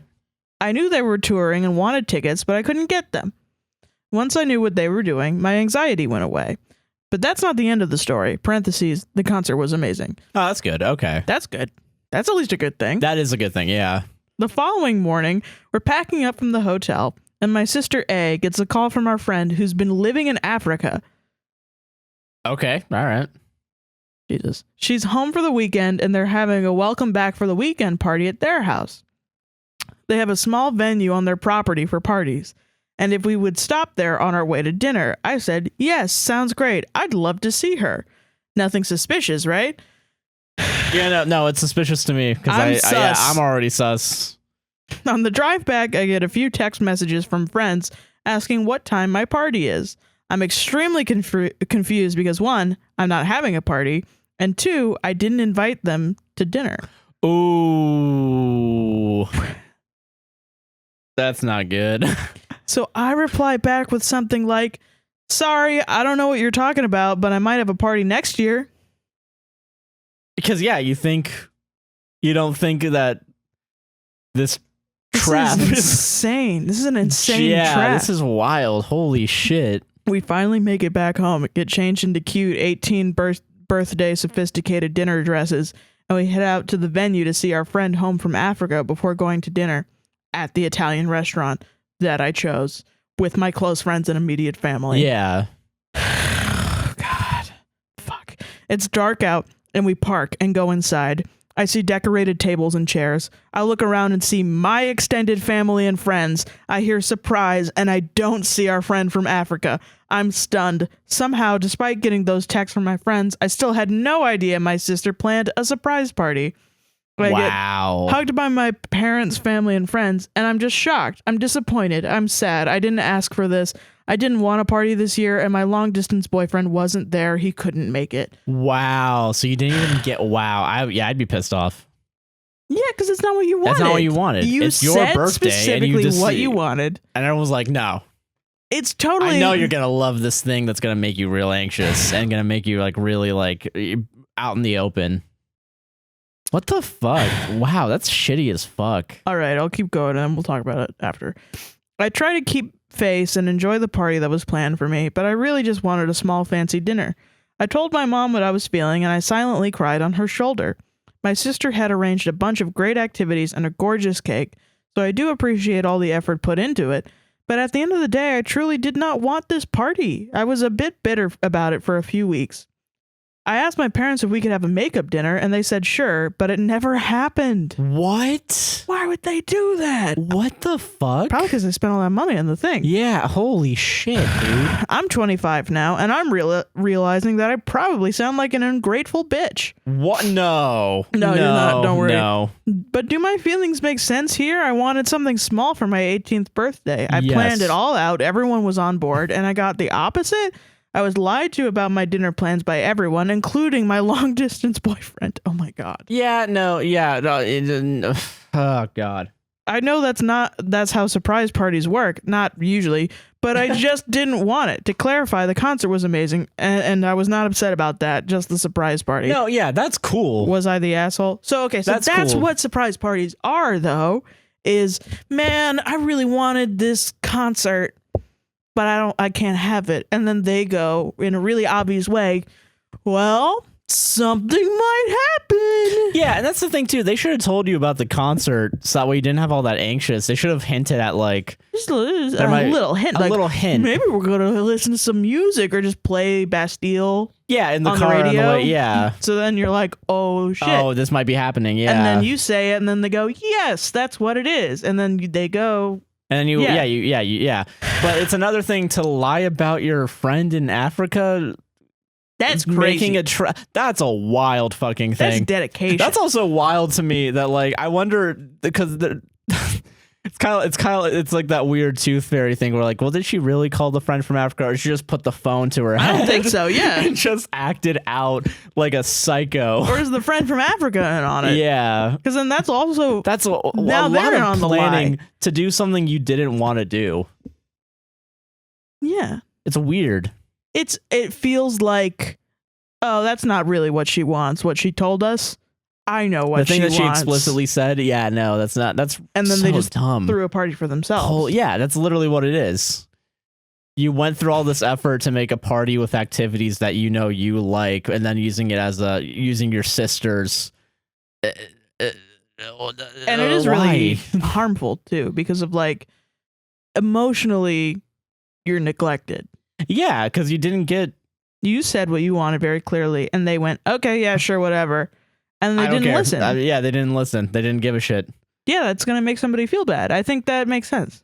Yeah, no, fuck that. Especially for a big party like 18. Yeah, especially a big party like 18. Jesus.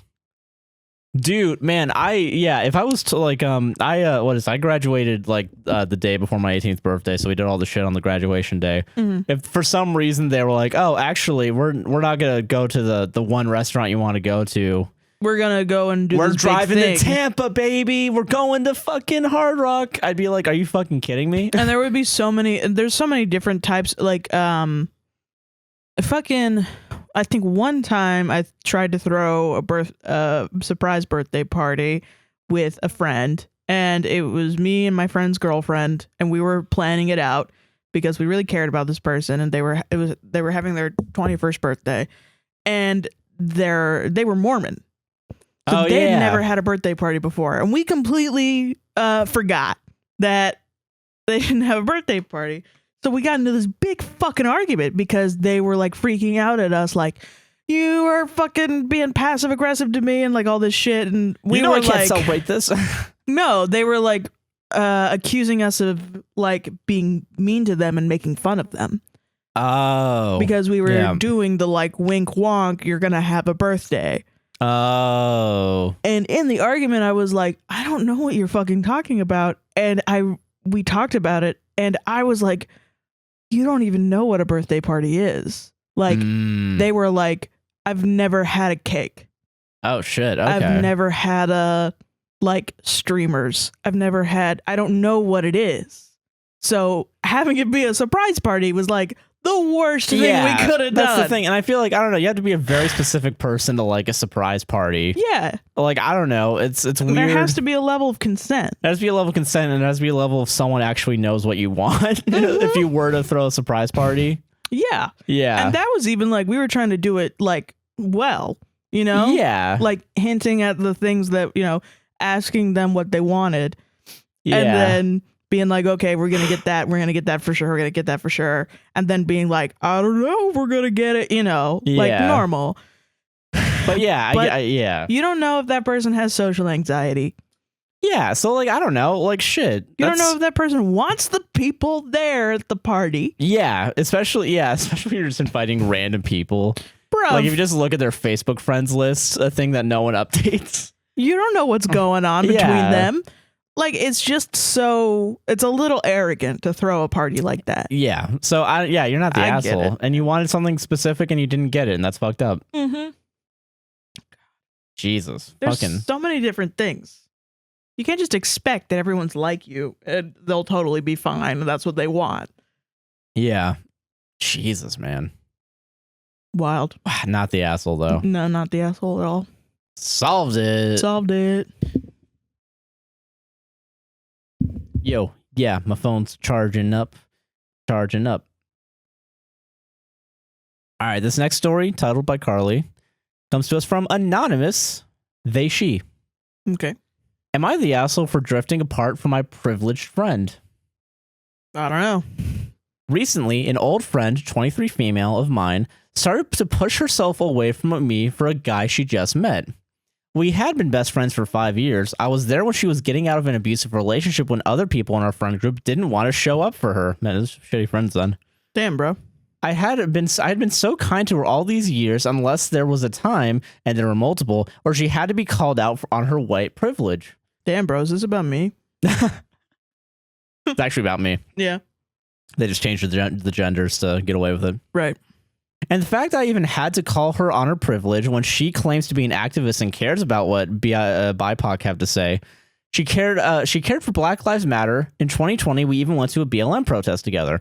And in 2021's Indigenous people were now the center of attention because of line 3 and line 5 and so on. Mm-hmm. So I thought as my white ally friend, she'd support my Indigenous brothers and sisters. I was wrong because she was so involved in this situationship, she stopped caring. And as her, quote, only Indigenous friend, which she bragged about for years, oh my God, I had to call her out about it and how to get involved and stay informed.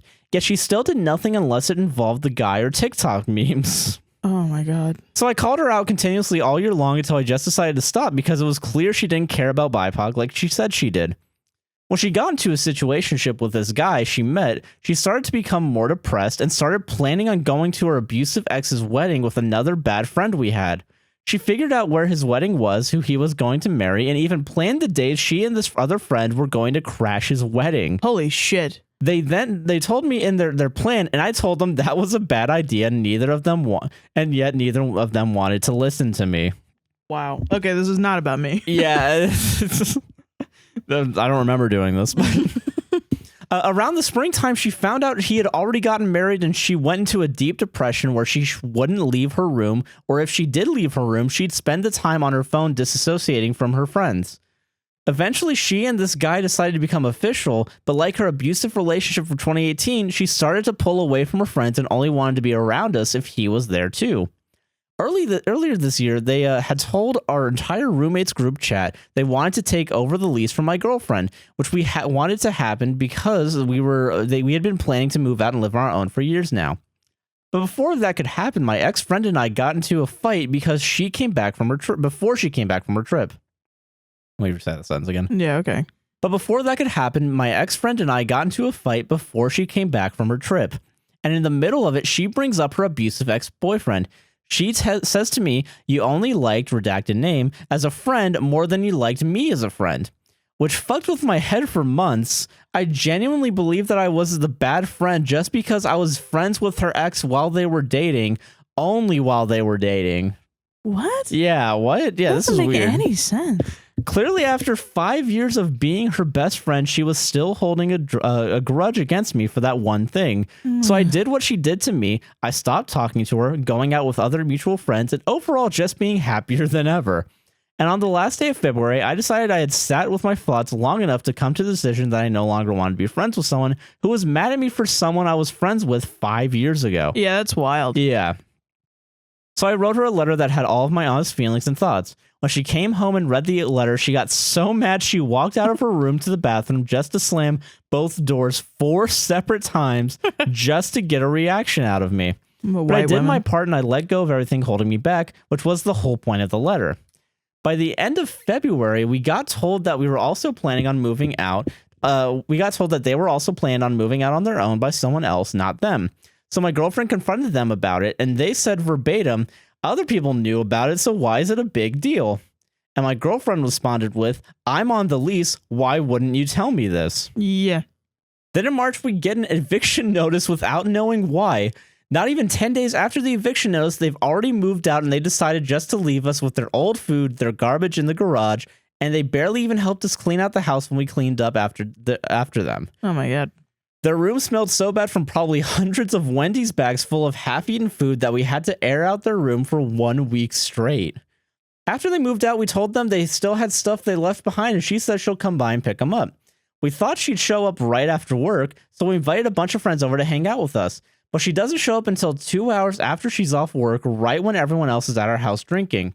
At some point, as she's getting ready to leave, she's walking up the driveway with one of our mutual friends and starts crying to her about how, quote, she wasn't invited and that I wasn't going to be friends with her anymore. And our friend came inside and started telling everyone there what they were talking about. And I just say, yeah, she's not invited. She doesn't live here anymore and she's not my friend. Why would I want someone who I've established clear boundaries with here hanging out with me? You're so awesome. Holy shit. That's pretty fucking epic, actually. That's pretty #epic. All through March, she's trying to tell people we work with that I'm the bad guy and that she got kicked out of the house by me. But she doesn't stand in the same room with me longer than 30 seconds.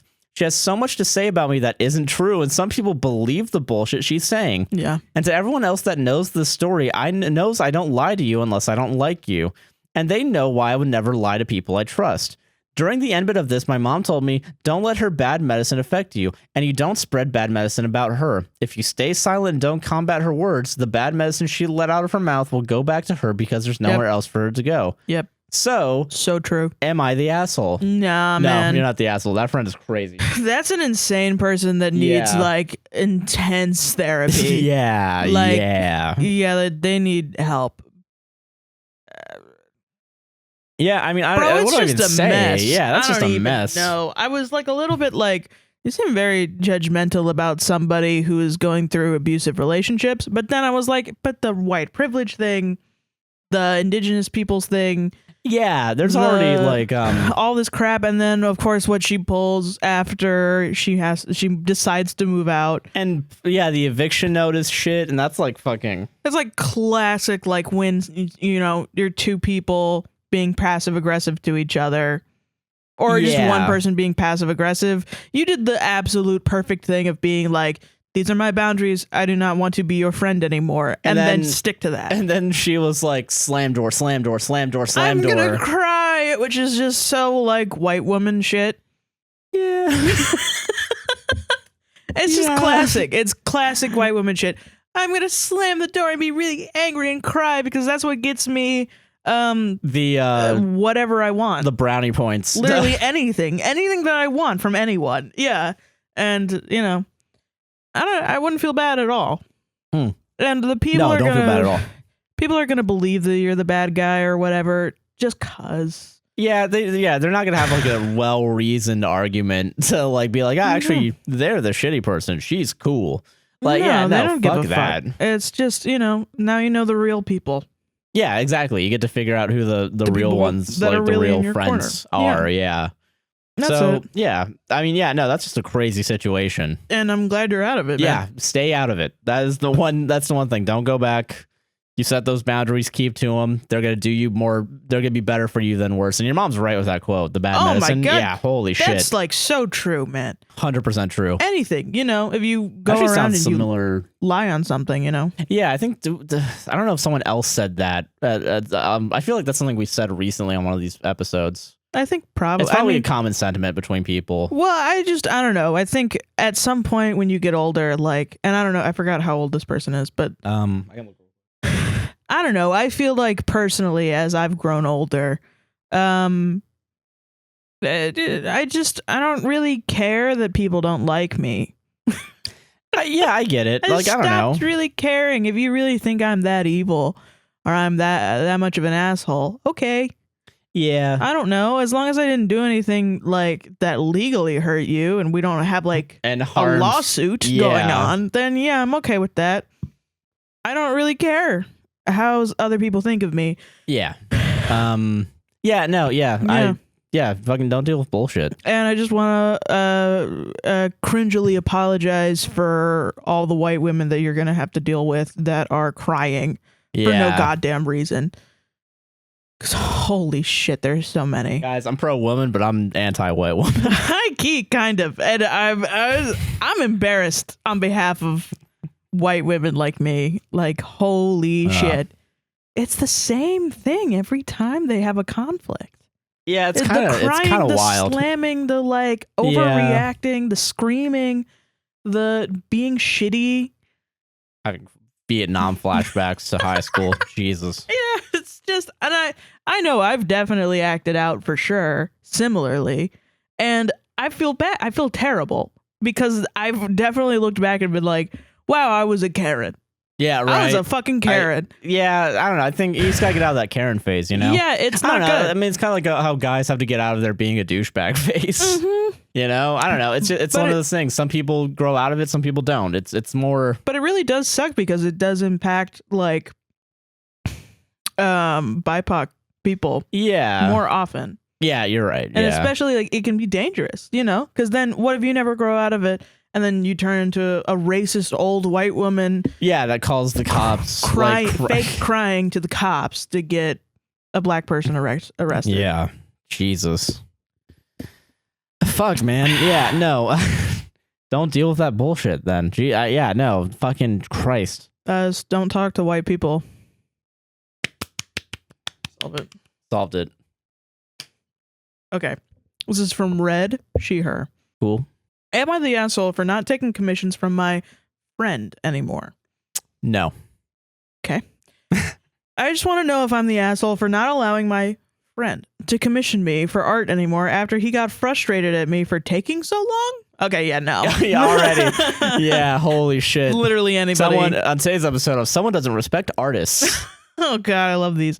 Me, 22 female, opened up commissions for art after 2 years of not doing them due to stress from work, family issues, and more. Totally since get it. I don't have the ability to draw when I'm stressed. What a fucking mood. Get it. Yeah, totally understand. My friends wanted to commission me to support me and get my commissions back up and running again. Oh, that's nice. That is very nice. But fast forward, my grandmother passed away in October due to old age. I'm sorry. Sorry.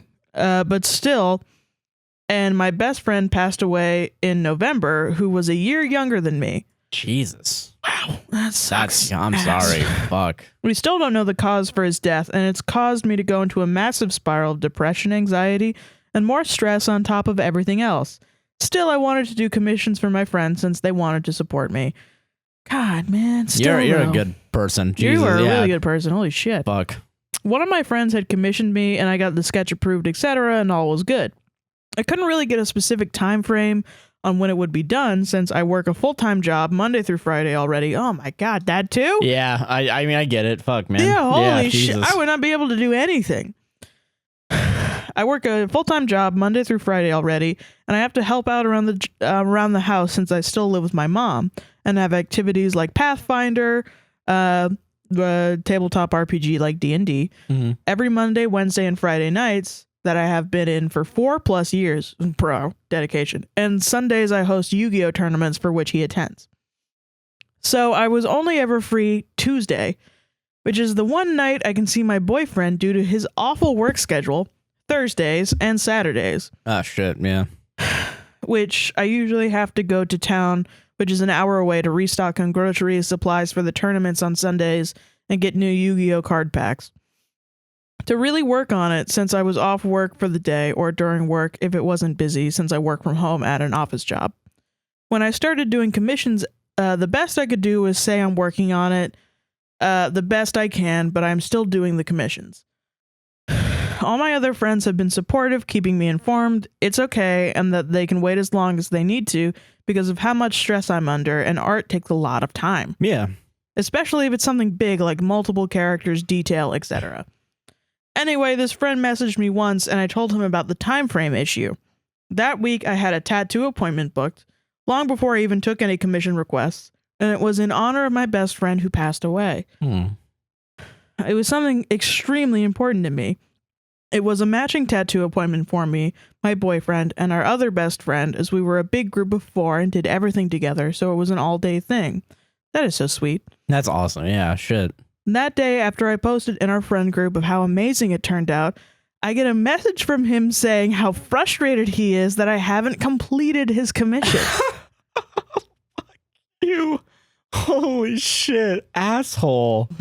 Wow, just blatant. Holy shit. And he commissioned someone else and paid way more and got it back within a week. Which I assumed... What a dick. Fuck you. Oh my god. Holy shit. Which I assumed it was because they did this as their full-time job, but who knows? And he finds it more frustrating seeing me going out and getting tattoos and all that.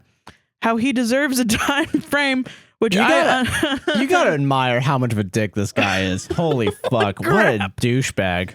How he deserves a time frame, which I understand, but after I told him it was hard when I had a bunch of stress and my mental health was severely impacted by the loss of my platonic soulmate, and how I work so much and my life is a busy wreck, I thought he would understand that like the others, but apparently not.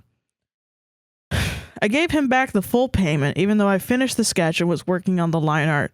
It just seemed like he didn't care about my mental well-being, like all my other friends who I also have art commissions for and have supported me to the fullest. So I decided I wouldn't be taking a commission from him again since I feel this way. Am I the asshole for doing that? No, fuck him. That guy sucks. Yeah, he probably was a shitty person to the other guy, to whoever the other person is that they the commission to. Yeah, fuck him. What it is about nerds and being selfish? I don't know.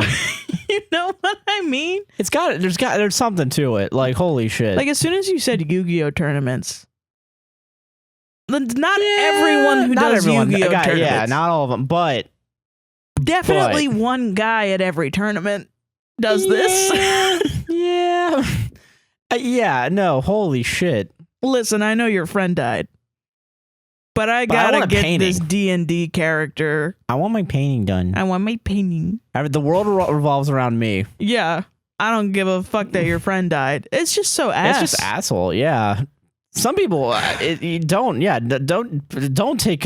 hang out with them anymore. No, I wouldn't even. I don't know. I would tell everyone, hey, this guy doesn't give a shit that this friend died. Dude. And wants this fucking... Just like everything, I have to do a personal anecdote because I'm secretly a narc, a covert narc. I'll put my mic over here. Yeah, go ahead.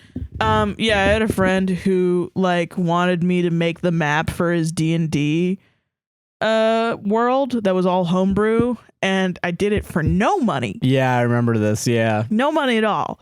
And this man told me to change everything. I feel like I talk about this 25 plus times. Yeah. And I'm never going to do that for that guy ever again. No, yeah, of course not. I'm not racked with guilt. Yeah, people don't give a shit about artists, man. They don't. They don't understand shit. People really are just like, I can't do that, but I'll pay the monkey to do it. Yeah, right. Yeah, they dance, monkey, dance. I remember doing Fiverr for like writing. I had to write this fucking article for some asshole.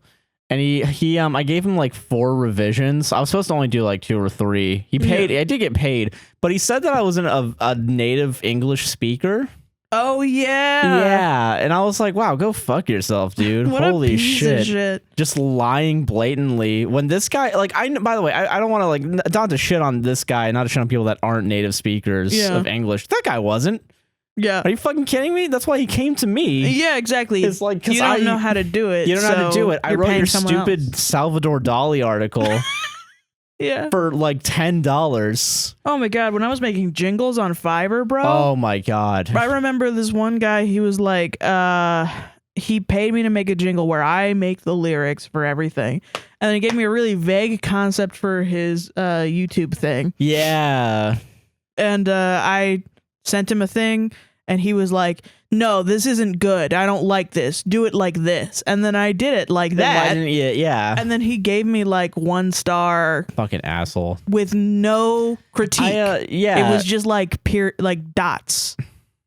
Like fucking dick. Yeah. Yo, I remember that someone I knew did that too. It was there was this like Kickstarter scam thing that was going on that went through my old college. Oh, really? Yeah, where it was the orchestra thing. Oh yeah. Have I talked about that on here? I think I might have hinted at it. There was a time when I was like near the end of like when I decided to quit like doing film and shit. Me and this asshole that I used to work with fucking got signed up to do like a editing filming gig for like I think $200. Yeah, that was it, right? It wasn't. Yeah, it wasn't like months. For months, yeah, worth of like fucking months. There was like 3 different recording sessions. There was another recording session we had to do, and then they sent me all the shit over, and they didn't send me the right shit, and nothing was labeled correctly. Yeah, and they blamed me for not editing it properly.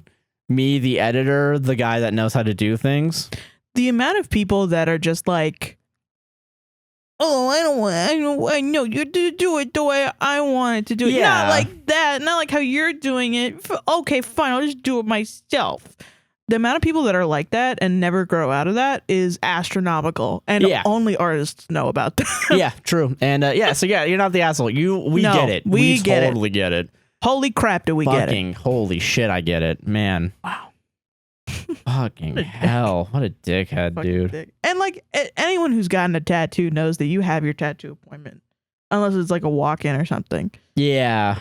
Fucking. But like if you have like a big tattoo that's like thought about. Yeah. You have that shit for like months. True. Yeah. So like. Yeah. Fuck, man. Not the asshole. I'm sorry. No, yeah. Not I'm the fucking asshole. sorry, man. Solved it though. All right. Next story comes to us from Anonymous. She, her. Woo! Am I the asshole for selling my dad's records? Trigger warning.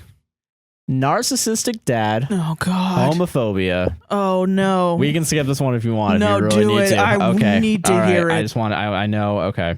This one's gonna be too good. There needs to be a lot of backstory to this, so buckle into the shit show that is my family. I, 26. You buckled in? Yeah. Okay. Buckle in twice. You gotta do the test track thing. You gotta do the tug real quick. You gotta make sure. Oh, yeah. Yeah. Or wait, this way. No, yeah, it's the yellow band. But yeah. Well, in this one too. I did both. Okay, all right. God. I, 26 female, am a graduate student working on my PhD in chemistry. It's a paid position, but it doesn't pay much. Last November, I had a stint in the hospital when I passed out at urgent care and had an ambulance called for me. Jesus. I spent a few nights in the hospital before they confirmed it was just mono and that I passed out due to being severely dehydrated and not eating because I was sick in bed for so long. Mono is dangerous. It's not just mono. Yeah, but I mean... you could die from mono. I'm pretty sure. Anyhow... I don't know. I'm fine now, except for all the fucking medical bills. Yeah. I owe the ambulance company $3,000, which I do not have. I live alone and I support myself. That is my current financial situation. Parentheses, fucked. I'm sorry. I'm so sorry, man. Guys, we need to really advocate for Medicare for all. Holy fucking shit. Socialized healthcare. As if we haven't been doing that. That's love of God. Everyone, please. Private healthcare sucks. Not to get political. Tweet at Joe Biden. Tweet at Joe Biden. Now, about these records. My dad has a habit of picking up a new hobby, obsessing over it, and dropping it in 1 to 2 years for a new hobby. This is me. Yeah, this is me too. About 10 years ago, his obsession was vinyl records, which is also one of my longtime hobbies.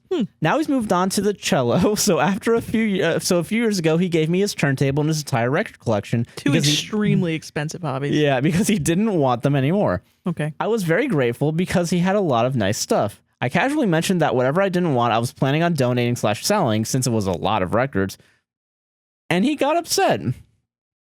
Apparently, these records are his, quote, legacy and, quote, future generations are going to know him for this music. Right. Okay, whatever.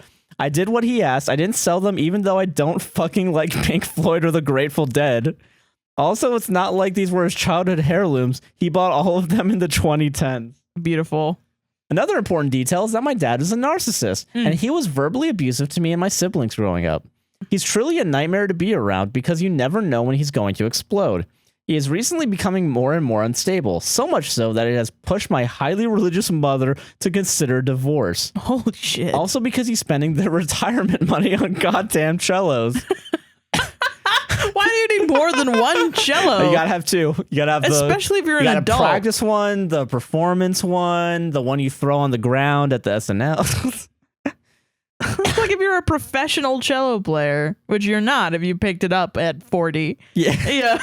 Probably not. I mean, listen. Unless he's a fucking virtuoso. But like, yeah, Jesus. Go ahead and learn the cello, man. But like, Christ. Takes a lot of time to get really good at it to perform. The piece de resistance, last month in one of his fits of rage, he outed me as bisexual to my whole family, including my religious and conservative mother.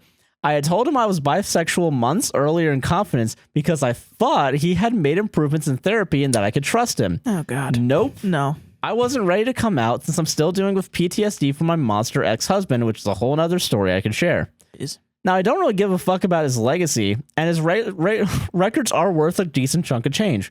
Would I be the asshole if I sold them? No. I'll be honest, I'm probably going to either way. Yeah, lol. you should.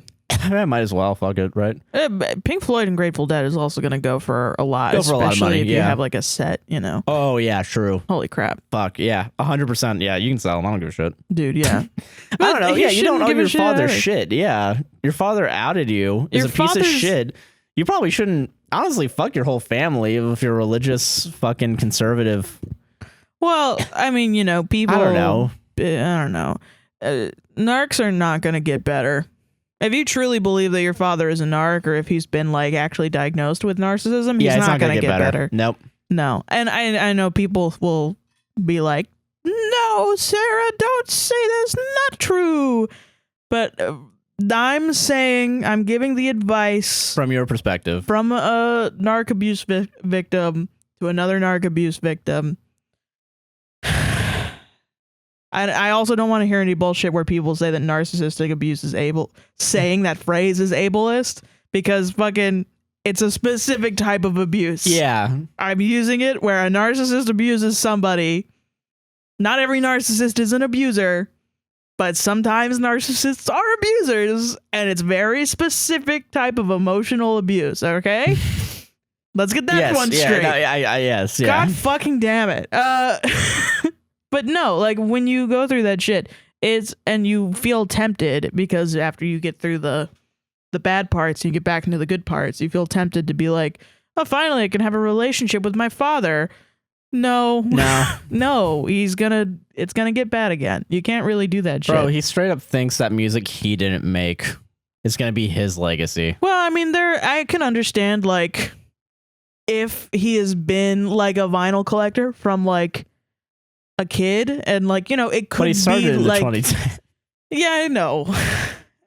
Well, there are some people that think like, oh, these are my dad's vinyl collection, you know, and maybe you want to give that to your kid.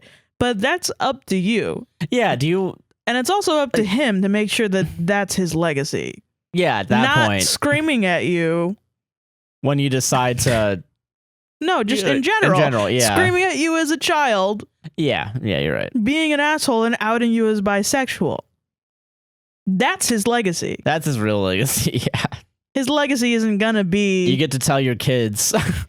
When I was a 26-year-old, my dad outed me to... And that's why we don't talk to him anymore.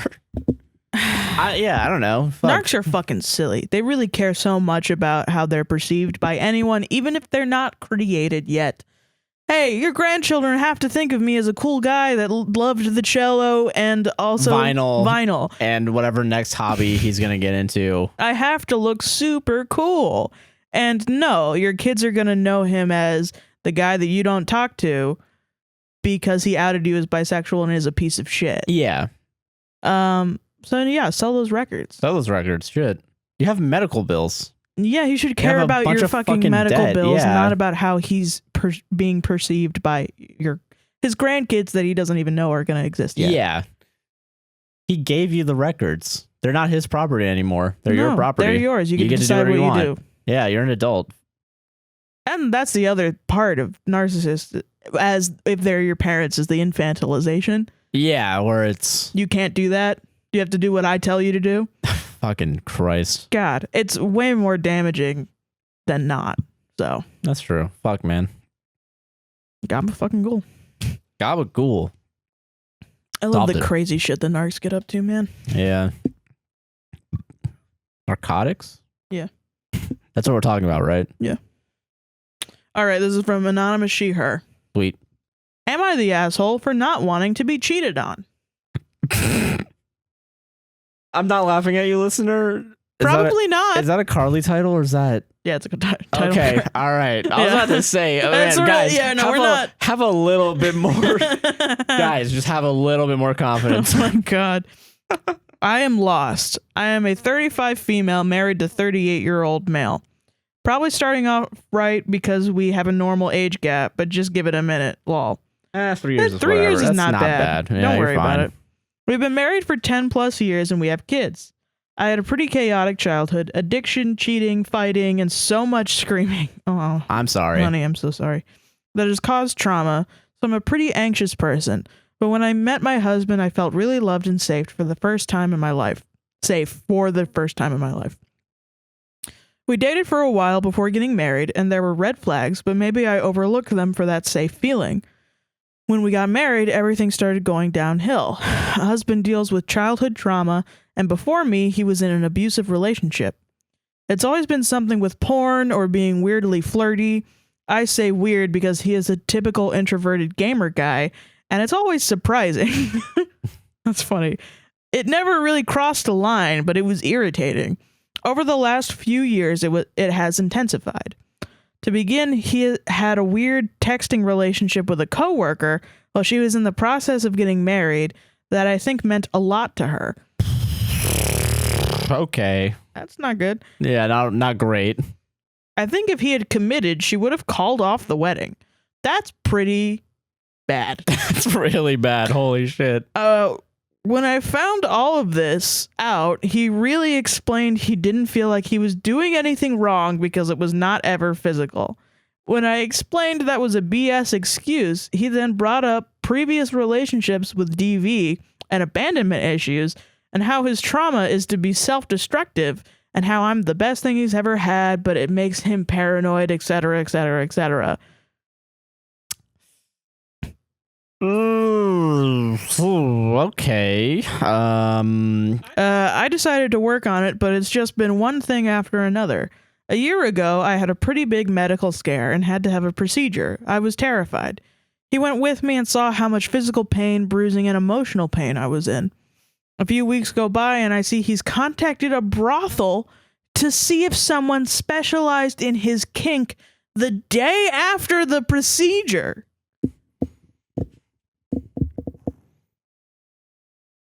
What? So what? What the fuck, actually? What are you fucking kidding Wife me? is in the hospital. Google local brothels. Does anyone know how to? Then Jesus. Okay, there's so much more. Then a few weeks later, he paid for nudes. Recently, I found some OnlyFans girls on his Snap. Nothing against them. Make your money. God bless you. Yeah. Make that money.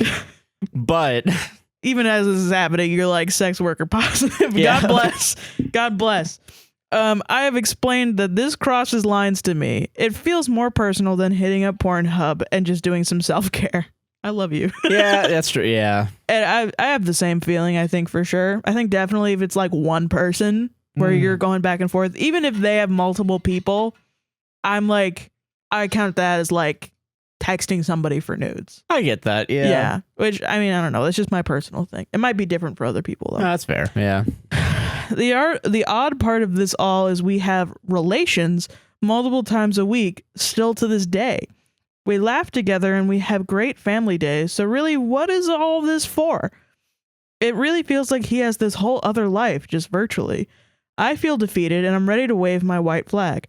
I told him I spent my whole life feeling uneasy and unloved, and I have decided I'm not going to spend the rest of my life the same way. He really justifies all of this and the other stuff that we don't have time for by saying, well, it was never physical, which makes me feel like maybe I'm wrong. Am I the asshole for feeling like this is too much and enough is enough? It's emotional cheating. Yeah, sure. It's emotional cheating. Yeah, he's putting energy onto someone else and not you. Yeah. And also paying for it too. Yeah, I don't know. It's really... Yeah, so he's also spending money on these. Yeah, spending money that... You guys have kids. Which, I mean, I feel like in a different relationship with different people with different traumas and different pasts. Yeah, I mean, I think be fine. It could be fine. I think that's just more of a... But I mean, that's not being communicated here. It's being all done in like... It's the secret part. Yeah, it's being done in secrecy, and like then he's really using that it's not physical. Like as if that makes everything okay. It's like, oh no, it's cool. Yeah. When in reality, he's just not. Yeah, fucking. If it crosses your line. It does. And you've said that to him and he still continues to do it. Yeah. So now at this point, he's just disrespecting you. Yeah, and crossing your boundaries and like, yeah, just really. Yeah, bro. And I think not wanting to be cheated on kind of makes it sound like you're going to be cheated on in the future, but you are being cheated on now. Yeah, you're being emotionally cheated on. Yeah. His title is really funny. Yeah, I mean, it's a funny title. It's a shitty situation. I'm sorry. Yeah, it's terrible. And I don't know. Yeah. I think I agree with your statement at the end where you're like, no, I'm not going to deal with this for the rest of my life. Fucking deal with it. Yeah, because like, I don't know. Shit, man. Jesus. Bro, knowing that my partner's at home searching up brothels and OnlyFans girls after I'm in the hospital, I would leave. Well, because that's the other thing too, is the brothel was then an intent to do something physical. Yeah. So then it's also like he's just like checking, I guess. Just gotta make sure. Is that his excuse? Like, hey, listen, just in case you die at the hospital, I gotta check to see if I can get this kink fulfilled. Yeah. Oh, I haven't had my dick sucked in 2 seconds. I gotta get, that's totally the teen that can't stop looking at his sister's tits. Him growing up to be the, Jesus. No, not the asshole. No, I don't think so at all. Jesus Christ. Jesus. Fucking hell, man. But I mean, it sounds like you know exactly what you got to do. So Yeah, you know what you got to do. Yeah. Anyway, solved it. Solved it. Solved cheating. Solved cheating. Oh, we did it. We can't solve cancer, but we can't solve cheating. All right. I think this is our last story. I do not want to click on the person's email. Thank you, Google. You fuck. This final story of the night comes to us from Phoenix, Arizona. The whole city of Phoenix wrote the story. That's a great name, though. That's a good name. Am I the asshole for not spending time with my father and stepmother? I, an 18 female, am currently in my graduating year of high school and struggling through a tough semester. Recently, I have found myself not wanting to talk to my father, a 51 male, or stepmother, a 48 female, and I've been feeling really guilty about it. But at the same time, I don't. Okay. Fair enough. All right. My father and stepmother are the type of people who feel very strongly about their opinions, whether it's politics, COVID restrictions, etc. Oh, God. They like to share them with everyone they know, including myself. It's gone to the point where it seems as though their opinions have become their entire personalities, and I don't know how much longer I can take it. To have a better understanding of my experience, here's a quick example. When I turned 15, my father was already hounding me to get my learner's license, so once I turned 17, I could get my normal license and drive on my own. This was because he was so tired of having to drive 45 minutes to an hour to pick me up from my mother's house and drive all the way back to his place, which was located in a busy city area. I know this because he said it right to my face, making me feel as though I wasn't worth the drive over. Wow. I'm sorry. Jesus.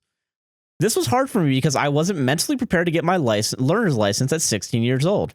He didn't understand my feelings, and because of this, it bothered him so much. I didn't get my license until a few months ago, and even then I wasn't ready to drive all the way to his place on my own in such busy conditions. I felt I needed more practice. Yeah, it takes a while. Yeah, like, fuck, man. We have a I-4 and 408 around here. It took me like a while to get used to. Dude, I took driving lessons because I was similar. I didn't want to actually... I'll do this later. Oh, yeah, sorry, yeah. Last time my stepmother picked me up and brought me to see them, I had planned to pop out and surprise him that I was there. Instead of being happy I was there, he continued to complain that I didn't drive myself over. Oh my God. This made me feel really bummed out in that moment. I wish I did drive myself so I could pack my things and leave. Even though I drive by myself now, I still have to listen to them bitch and complain about the rest of their opinions when I visit, including about me taking a year off before going to college. That's another rabbit hole, and I will spare you the details. You probably have a good idea what it's about. Yeah. I get it. Fuck, I'm a dropout. Nowadays, visiting my father... Well, gap year's not a dropout. I mean, yeah, true, yeah. No, that's just... Okay, go ahead. No, sorry, yeah. Nowadays, visiting my father and stepmother feels more like a chore rather than a pleasant visit. I've been using my job in schooling and housework as an excuse to not see them, and I don't often pick up the phone to call them, which, by the way, they get mad at me for, even though they can easily pick up the phone and call me themselves, but apparently that's only my job. Holy shit. Whenever I visit them, I feel as though my own opinion doesn't matter, and they are always trying to, quote, educate me of their opinions. Once there, I can't escape the never-ending complaining, and it makes it harder to want to see them, despite the fact that I do love them and want to see them, along with the rest of my stepfamily. But I don't want to listen to them shove their opinions down my throat to try and make me think like them, when all I want to do is spend time with them and my family. Am I the asshole? No, honey. I mean, they're literally just using you as a sponge to... Expunge probably bullshit, yeah. Here's the thing. As an adult, you really are not required to spend time with anyone. Yeah. Some people will say, well, you're required to spend time with your family because they're family. Not even, no. Not really. Not really. I mean, I don't know. Yeah, unless they're fucking dying. Yeah, unless they're dying and, like, you still want to be with them. Yeah, and you're like, oh, the thought of them dying and you not talking makes you upset. You know, then you should go see them. But if they're in perfect health and they're being little dicks, yeah, to see them like on holidays. Yeah, you know, and even then, like, take an extra shift at your job. You know, exactly. Who hasn't done that? That's. I mean, I personally believe that's social consequence. Yeah, it is. When somebody is such a piece of garbage, it's such a fucking little jerk, where they're just complaining all the time, and you just don't want to be around them. They're complaining and they're putting opinions down your throat. They don't have any other personality. Well, like, even if they, they're just talking, they don't really do that much. Like, they don't yell at you. They don't call you names. They don't do, like, anything that really could be labeled as abusive. They're just being a shithead. Yeah. You still don't have to hang out with them. You're not required. Yeah, so... You're 18. Yeah, you're an adult. Do what you want to do. You don't have to go see him. Fuck him. Then that's on the burden of your parent and every adult out there. Yeah. Is to be pleasant enough to want you to hang out with them. So yeah, no, fuck them. I was like, totally feel you about literally everything that you said. Yeah, dude, Yeah, I also didn't get my, I didn't want to get my learner's license when I could. And it took me a long time to get it. Same. And it became like a fucking huge deal. Yeah, I remember. Yeah, I was lucky. My parents didn't pressure me too much to get a learner's permit or driver's license until I think after high school, I finally got my license. Yeah. But yeah, no, like, cause I don't know, fuck, man, you got a lot of other shit going on during high school. Like, I don't know, fuck, dude, you don't want to get fucking insurance when you're 16, dude, right? Jesus. Oh my God. Fuck that. Are you kidding me? Fuck, dude. Well, it wasn't just that for me. I was just like, I was very close to my high school, and I just didn't feel like, and I felt like it fucked me over later in life, but it became such a, like, Sarah, you're lazy because you're not getting your learner's permit, that I didn't want to do it because I was rebelling against that sort of like, Sarah, you're a piece of shit that you don't want to do this. Yeah. So like, I don't know, like, fuck, I totally get that. Yeah. And take the gap year. Fucking do that's that. A smart idea. Oh my God, do that. Yeah, because let me tell you, once you start college, time's gone. There's nothing worse than spending so much money on a degree that you're going to want to change halfway through. True. Yeah, figure out multiple times. I went straight into college after high school. Big mistake. Yeah, no. I should have figured something out. Yeah. But I don't think I would have been able to with how my parents treated me. Yeah, true. Well, my parents wanted me to go to college too, like, for sure. Oh, yeah. Yeah, but like, not the asshole. No, not the asshole at all. Solved it. That was a quick and easy one. Quick and easy. And that's the show. That's the show, baby. Sarah? Yeah. What do you want to plug? You can follow me on Twitter at SQUINTON271. That's SQUINTON271. You can follow the updates on my idea webcomic janitor bear, I guess is what it's going to be. Hell yeah. Yeah, do that. That's it. I'm Joshua Chinland on Twitter, a guy nicknamed JC on Twitch. You can Prime sub. I'm not streaming for the time being, but you can still go there. You can still Prime sub. Yeah. For nothing. Yeah, literally. Yeah. A podcast will save this on Instagram and Facebook, APWSTR on Twitter, TikTok, YouTube is APWSTR Productions.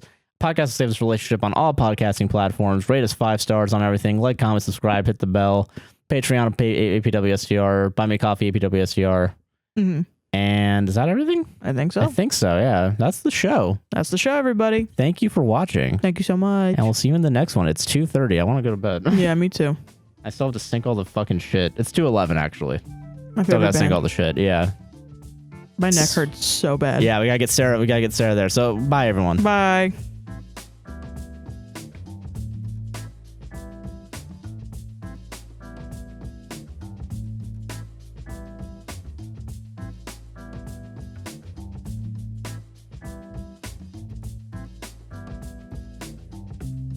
Your neck hurts?